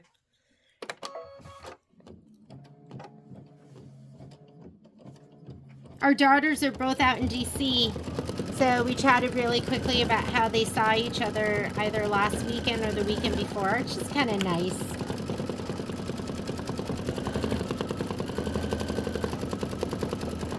So 3 little flowers, and then we're gonna, we have 3 more minutes of stitching, that's it. And then we're gonna sew it together, because I might as well finish it, right? Let's finish it.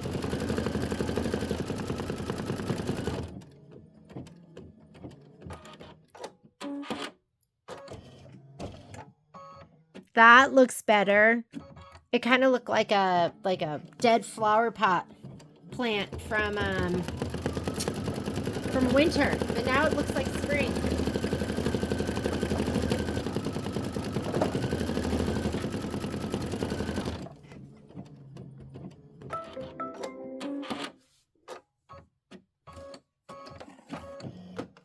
Okay, let's put in steel blue.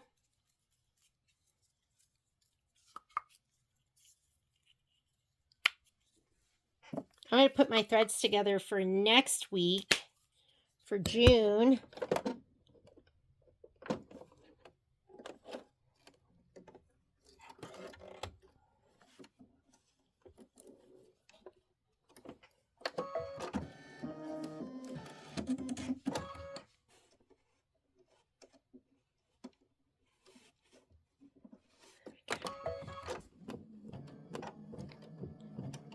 2 more flowers. Oh, I did these backwards. Sorry, you were supposed to do steel blue first. That's okay. It's not a big deal. So you were supposed to do the light blue and then the dark blue. So mine are swapped.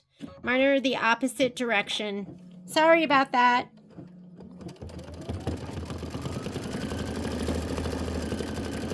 It'll be okay.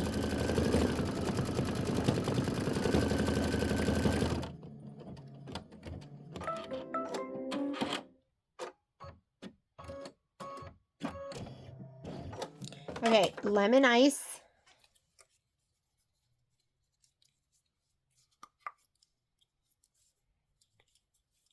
I like the dark flowers better anyways. Let's do our lemon ice. It's going to do the center of the flowers, and then they're going to stitch, I think, 3 more flowers.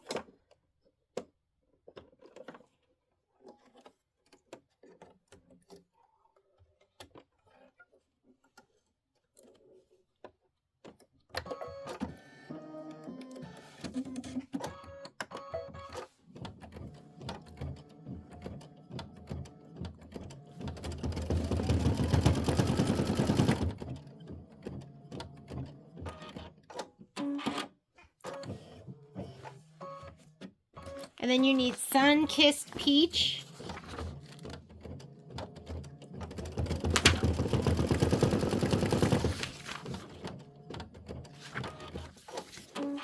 Let me get that.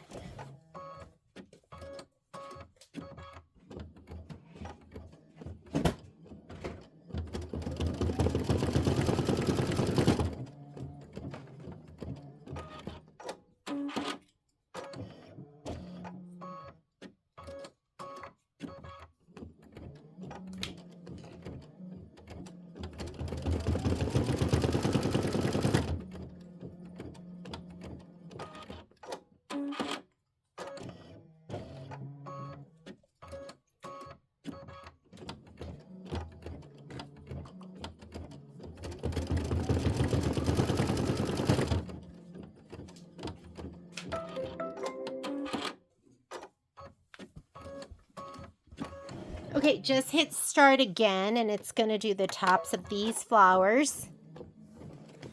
Top of flowers. Do, do, do, do, do, do, do. We have a lot of snipping to do over there. I look at them like, oh, it's kind of fun.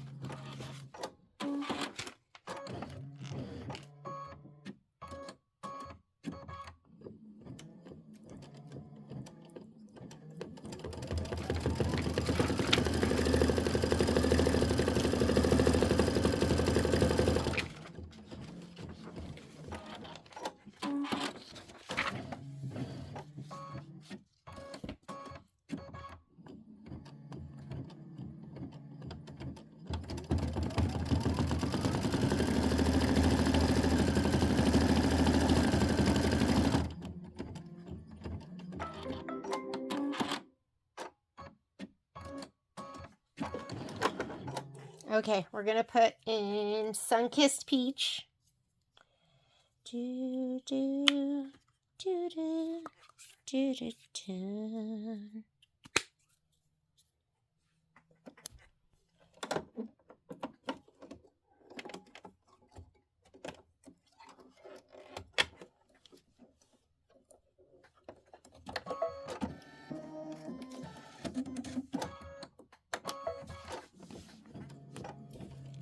Here, how's that? Better? Straighter view?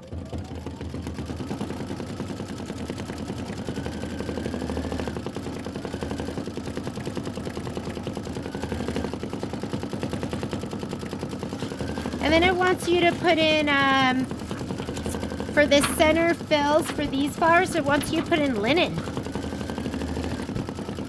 So get your linen.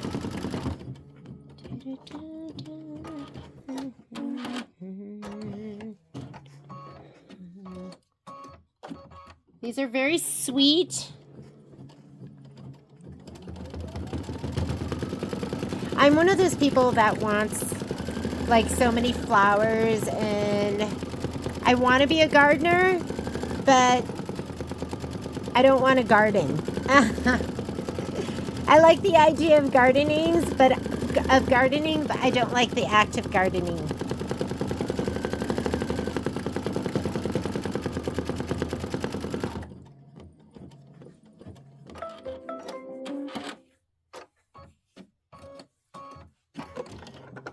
Okay, linen. And that's going to be it. And we are going to trim and press these. Press first. Always press first, then trim.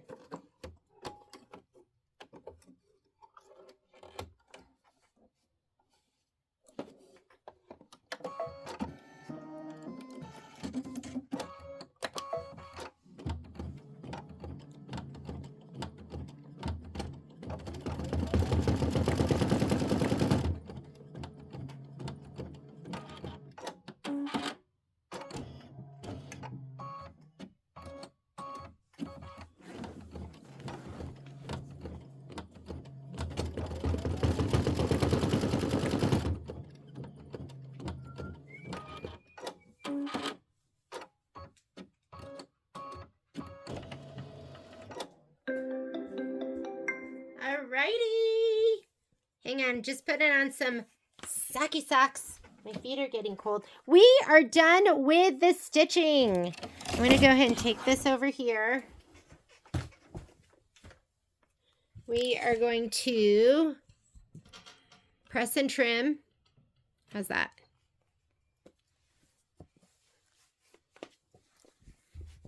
Six and 3/4 by 5.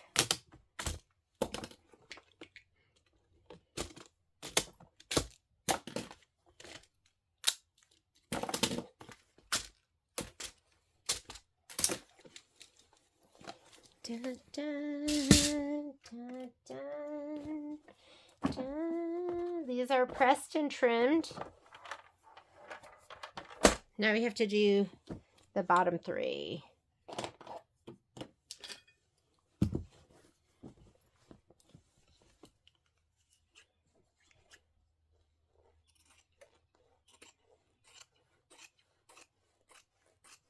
Right down the middle.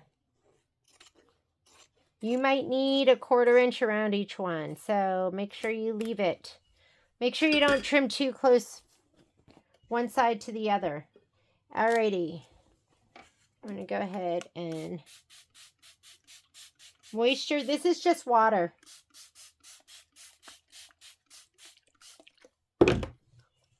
We'll do the last one.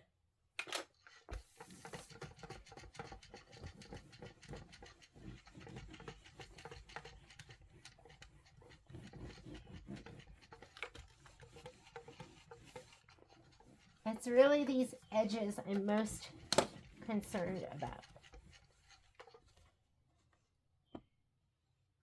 And don't worry, there'll be a little bit of steam that builds up inside of the window, but that's just from the moisture. Oh my God, it's so cute. Okay, that's adorable.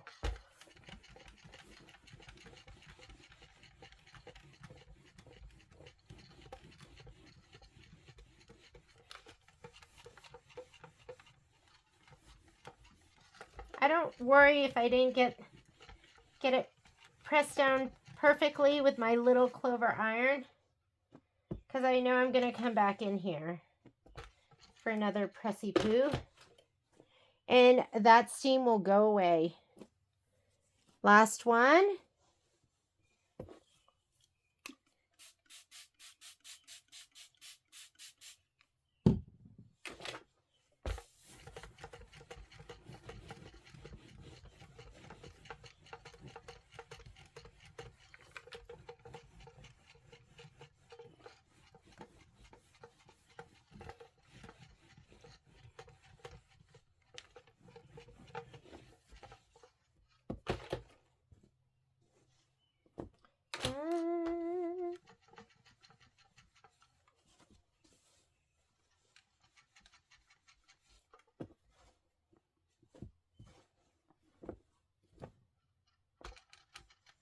If you're going to, you might want to use your a pressing sheet if you're going to get really close to that vinyl. I'm just making sure this is all adhered really well.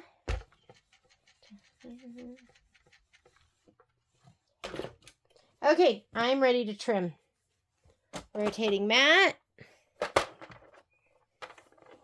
This is my 6.5 by 12.5 inch ruler, one of my favorite sizes. I'm actually going to trim to this side because I can't see all the way around that line.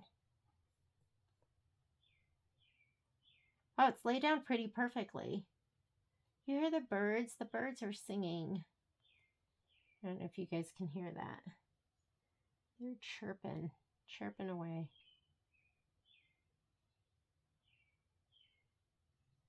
There we go.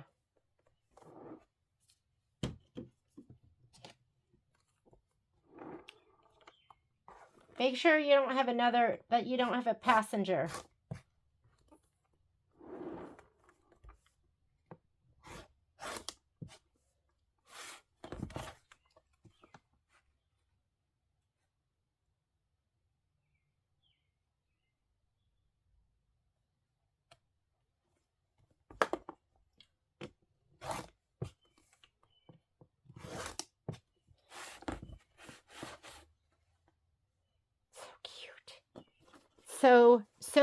So cute.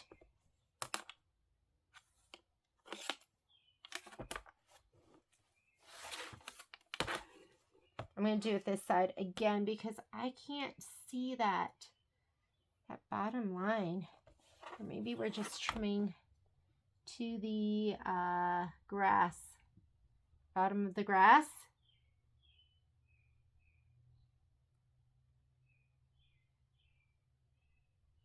Back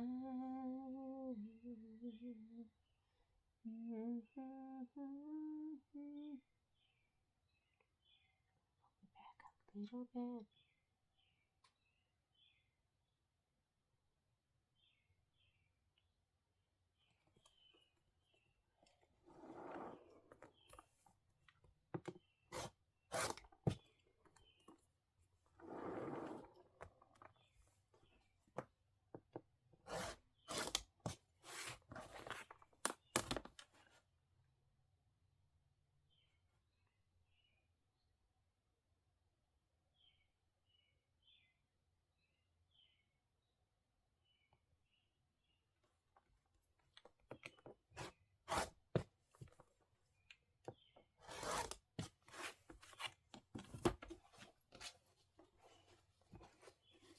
All right. Oh my God, is that so cute? Okay, last one. And I pressed him right? Yes, I did. Yes, I did. Yes, I did. You can do it this way too.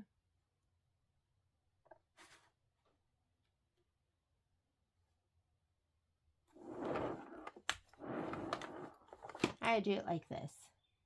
The orientation has to be right.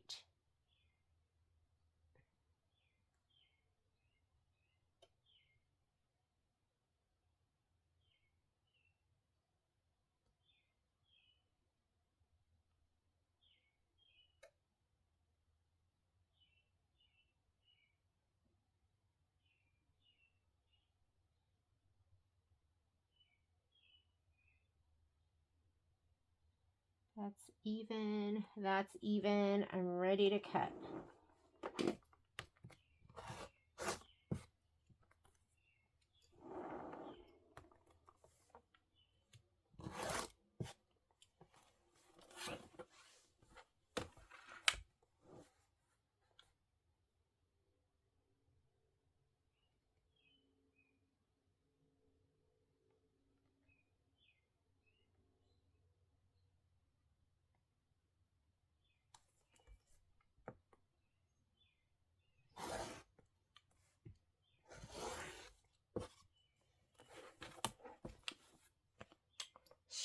Sweet.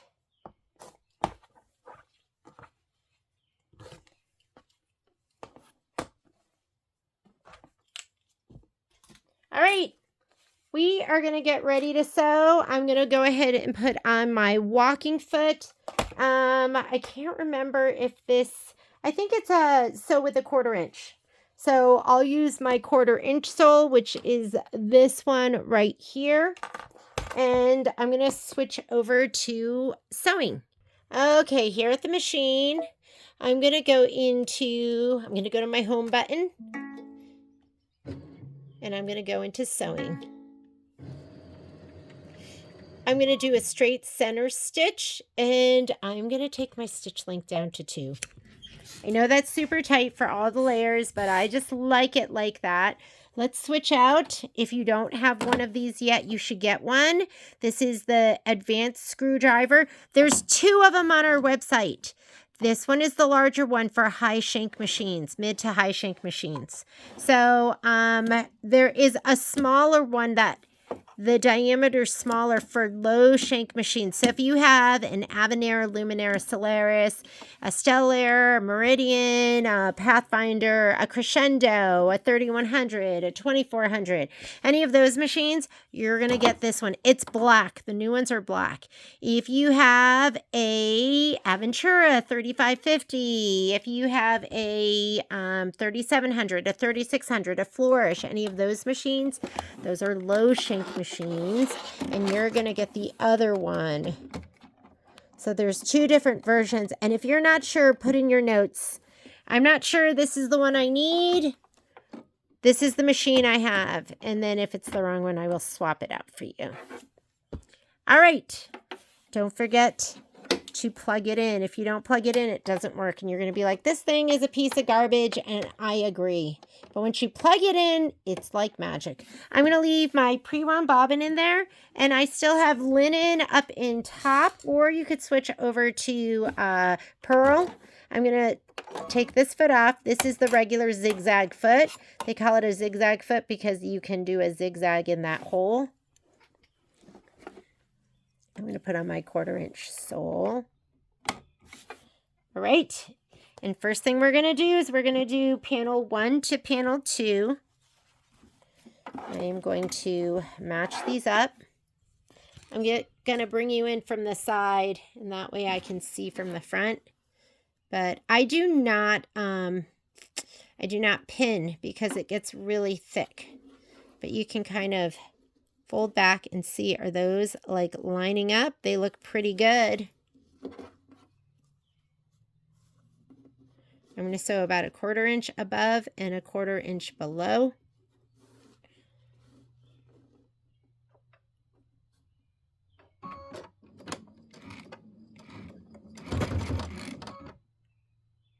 How come that didn't budge?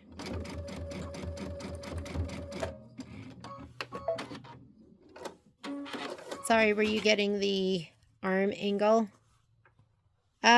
No, that is an ultimate fail. I just do that. That was an ultimate fail. That did not match at all. That's okay. We'll just do it again.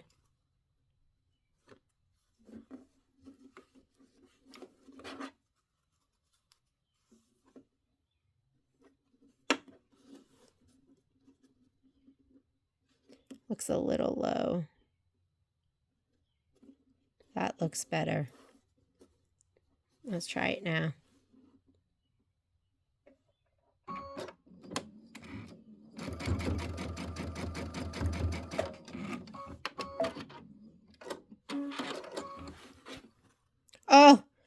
perfect. That's right on the money.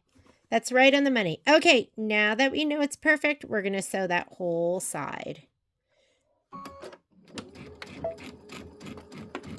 Sorry if it was blurry for a second. And sorry that you're getting the side view. But that makes it so I can see. And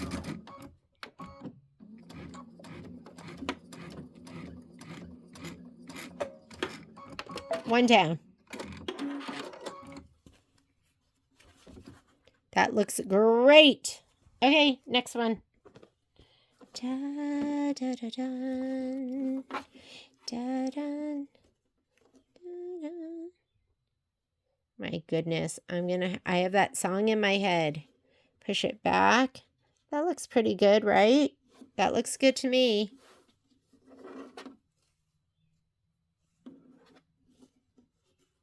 That's where it needs to match. Also down on the bottom, but usually... Oh. We're going to check that first. It's a little low. Yep, that's how I do it.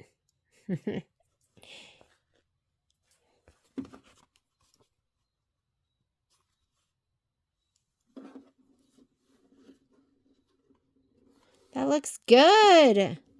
Why was it low? Sometimes it's thick and it like pushes back on it. Here we go.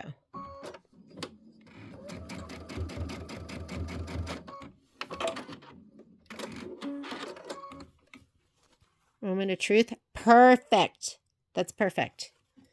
Okay, let's sew this bottom part too and make sure that looks perfect. Should be. Ooh, this is thick. It is going to be a challenge to press, just so you know.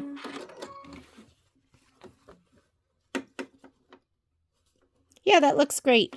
Okay, I'm going to sew the whole thing, top to bottom. Trying to get it so my arm's not in the way.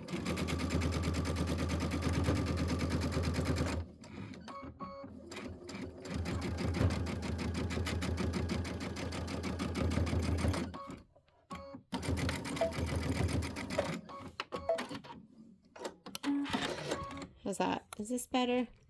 You feel like you're getting the worst view ever? That looks great. Okay. So we did row 1, row 2, and here is row 3. And the only thing that really needs to match is the grass down at the bottom. So I'm going to start from the bottom. Oh man, this is thick. Yeah, that does make it really hard to press out. So I can see why people might complain. Okay, make it up to the hole.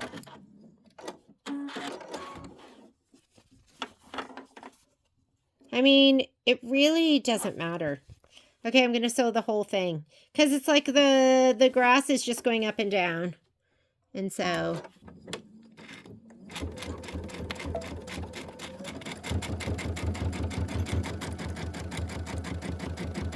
thick, thick, thick. We're going to get wet.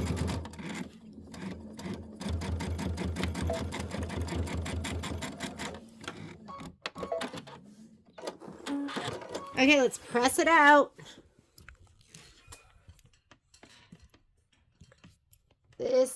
Just know that it's going to be a challenge. Okay, what are you going to use when it's going to be a challenge? You are going to use water, the pounder, clapper, best press, and let's go. Let's go. Should we start off with the hardest one? Whoa, he is thick, thick, thick, thick, thick.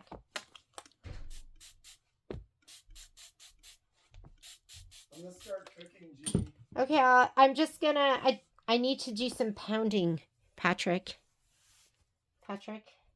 Oh, pressing bar. Pressing bar. I have 2 of them. I use them both. Maybe we'll use this one today.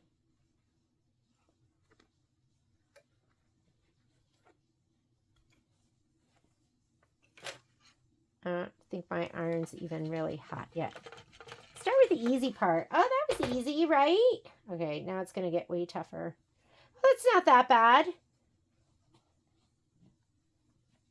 The water helps, I'm telling you.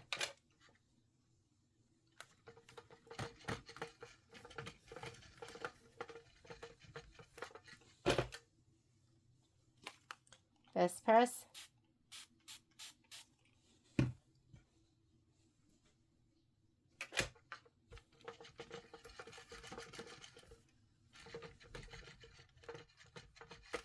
Remember Patrick was like, I just kept hearing pounding and pounding.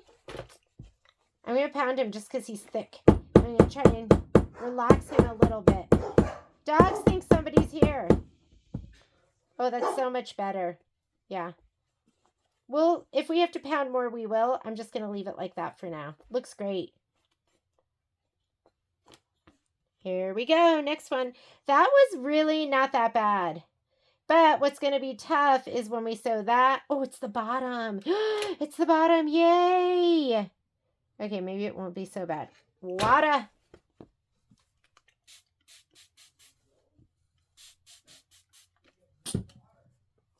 Water.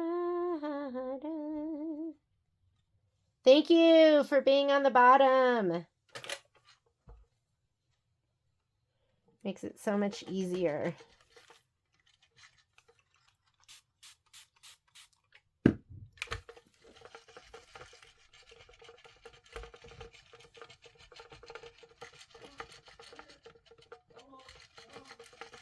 I didn't even clocker that one, huh? I don't even think I need to pound this. Oh my God, it's so cute. So cute. Okay, this one. Maybe I should have used dark thread for this, huh?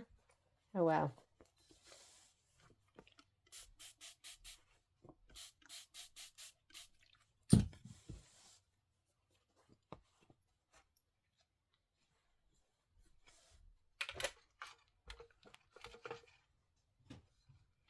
Hopefully my hands aren't in the way and my shoulder. I'll come up and help you. I just want to finish this. I'm close. I'm just going to push this door closed. It's starting to get a little chilly. Feels like... feels like June. Well, I wish this is what June would feel like.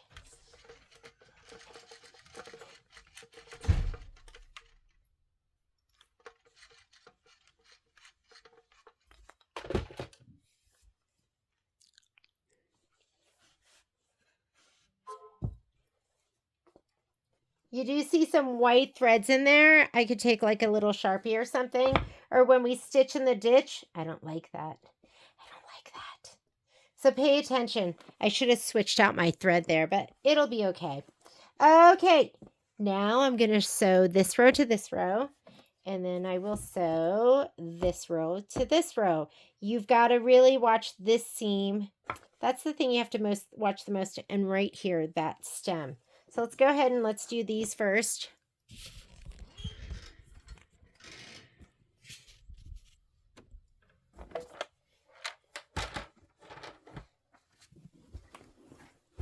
Let me look and see if I should change my thread.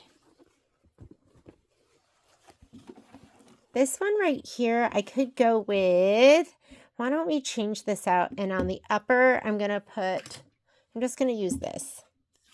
It's not a perfect match, but on the very top, I'm just going to leave it.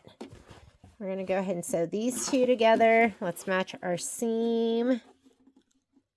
Then hopefully this will match. Looks pretty perfect. Ta-da. Okay, I'm going to sew from here to here. And if that matches, then we'll sew the whole way down.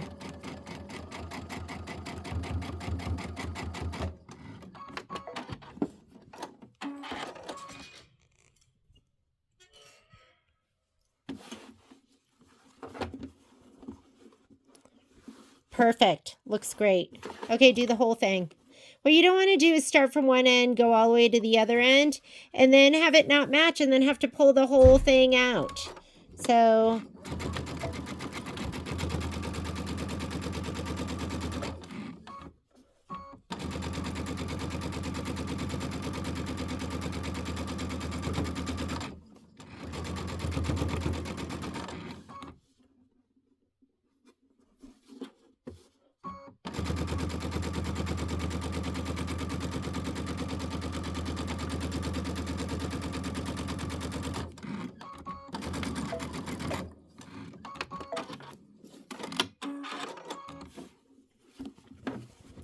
oh my goodness.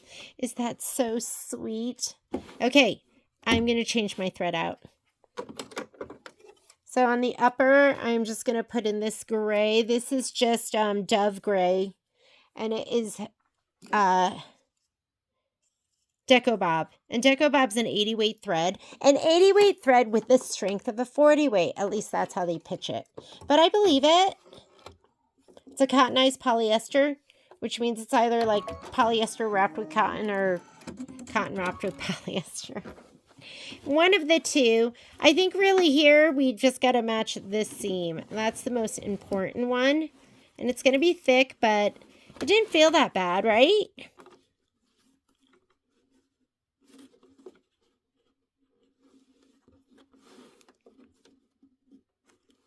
We're going to sew right here first.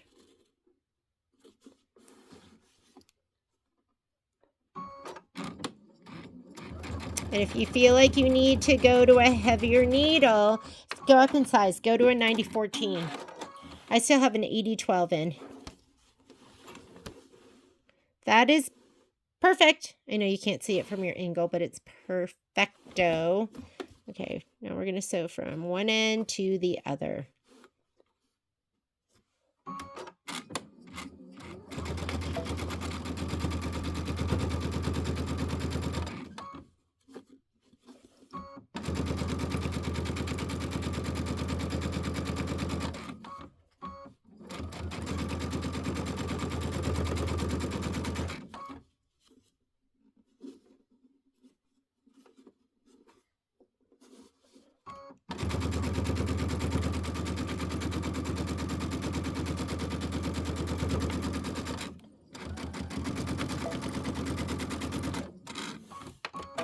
I don't know why I locked my stitch so early. Sorry.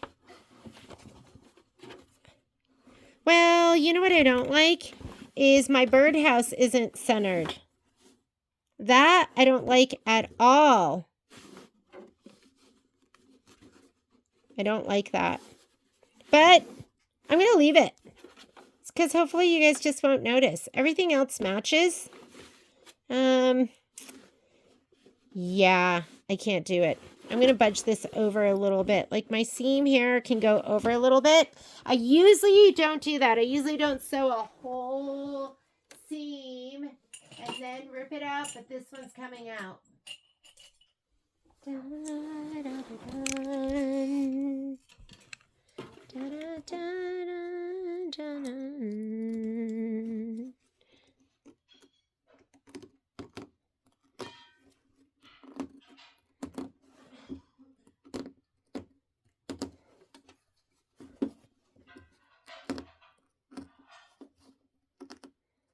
Okay, I'm going to nudge this one over a little bit.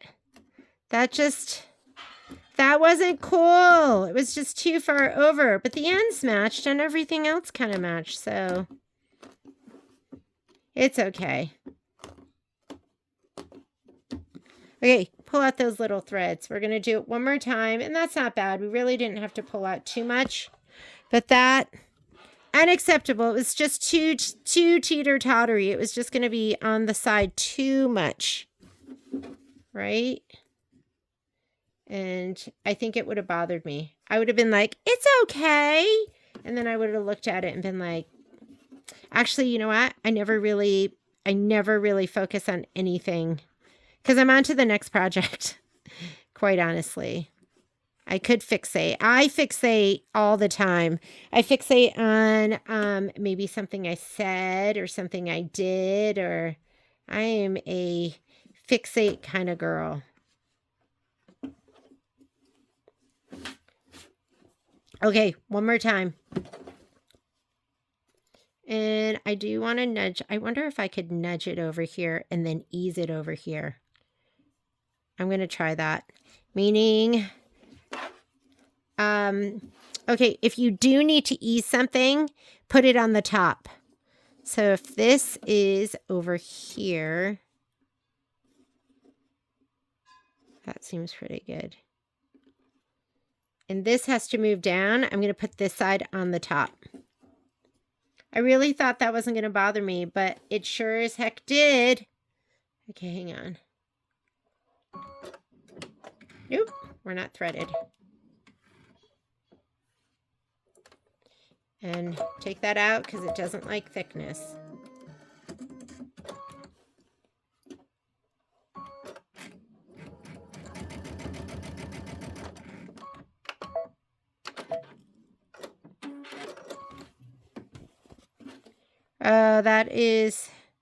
That's pretty centered. Okay, I'm going to pull this as we go, so hopefully it'll stretch and be where I want it to be.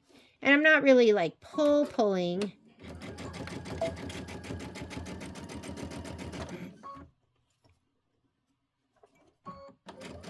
But you want to ease what's on the top. It's easier.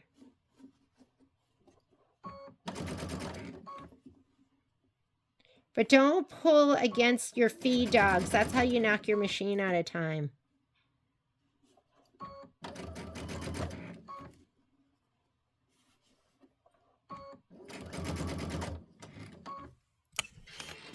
I have no idea where I'm at right now. Let me take a peek.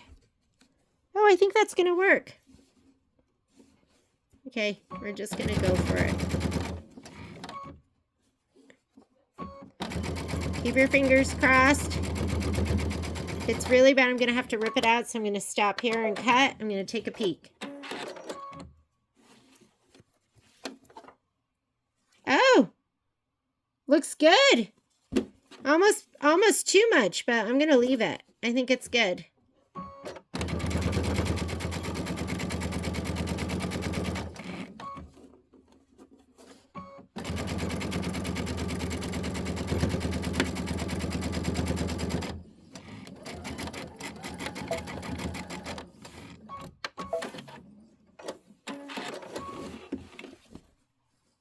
Yeah, it actually looks great. Let's go and press it. We did it. We did it.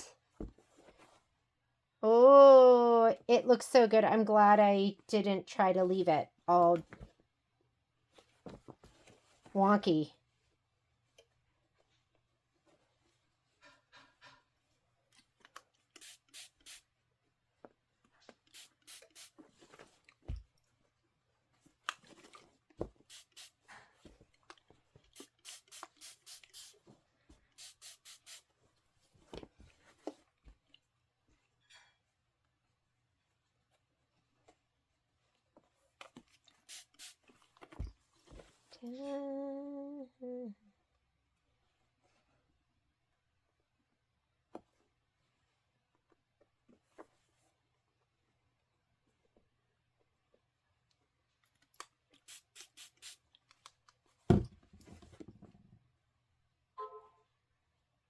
That is thick. Thick, thick, thick. Okay, we're going to work on this first. Here we go. Let's start with the hardest part.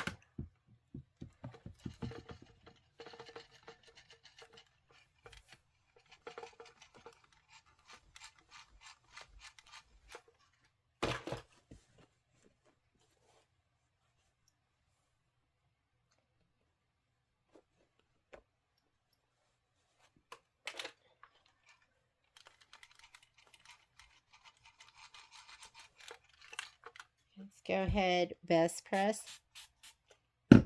I can lay it down too because that might help set the whole thing. I'm just going to go right to that seam.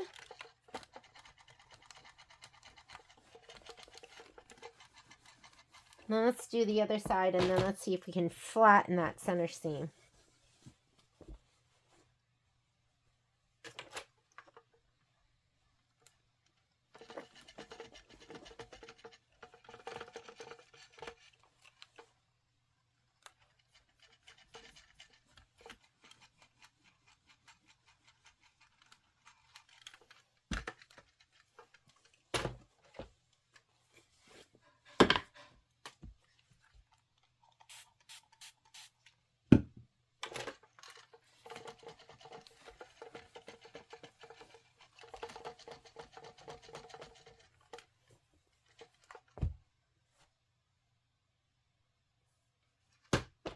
Now we got to give this a go right here. That's not too bad.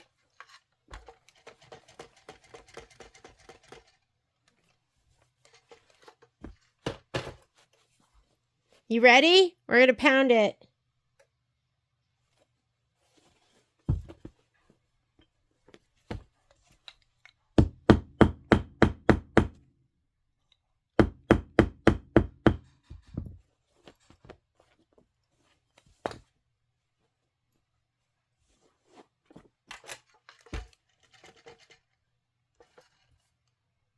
And then we're going to do the top. Not too bad.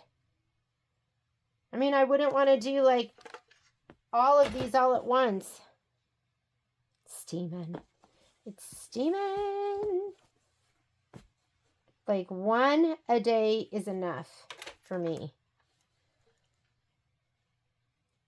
This one's so easy. Nice and easy on the top.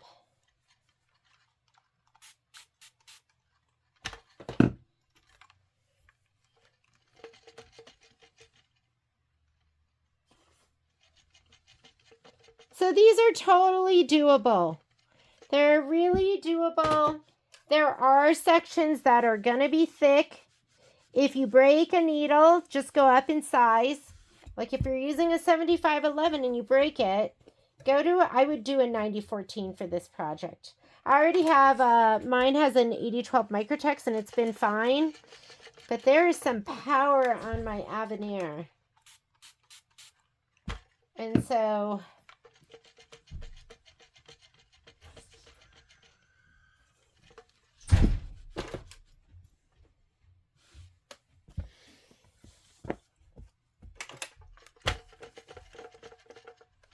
don't forget I got my big bad boy.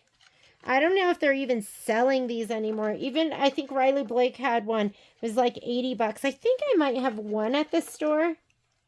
And I love it.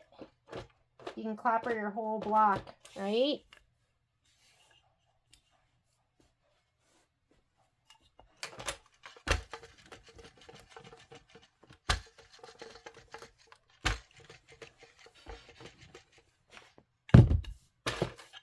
Set that seam.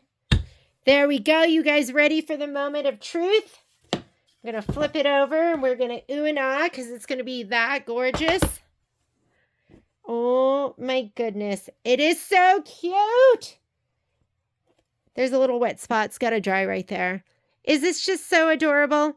I love it. I absolutely love it. I love these. These mini quilts are so cute. I do have to go in here and trim a couple of things like you guys saw how I did it before.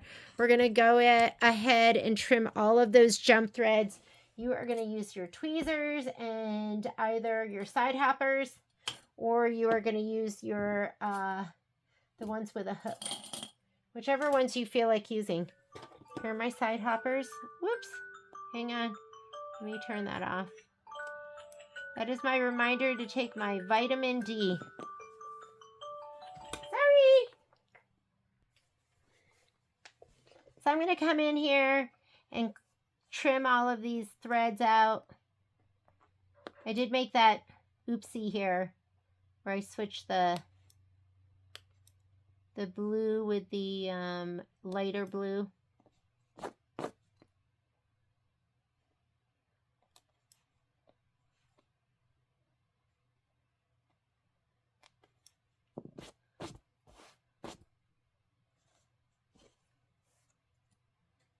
Tweezers. That made a big difference. I think it was Joanne Bell who was like, you should use tweezers, and that's going to make it easier. And boy, was she right. Because I was just trying to do this.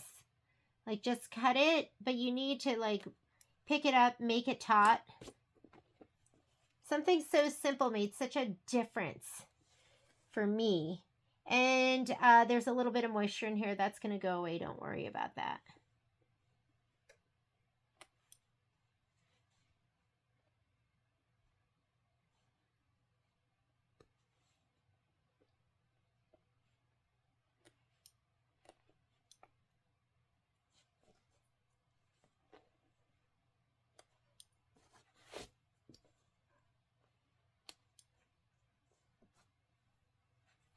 Oh, there's a whole bunch of little ones down here. And then I think I'll grab my, April one, and I'll make them go back to back. And then we'll display them on the stand. Don't you think?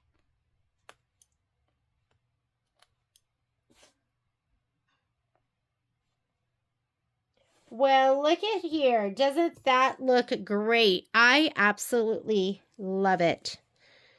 Super, super cute. Thank you so much for joining me. That was the finishing of May's mini quilt from Home Sewn. And I will see you next Monday where we're going to be stitching out June. And I'll see you later. Bye, guys.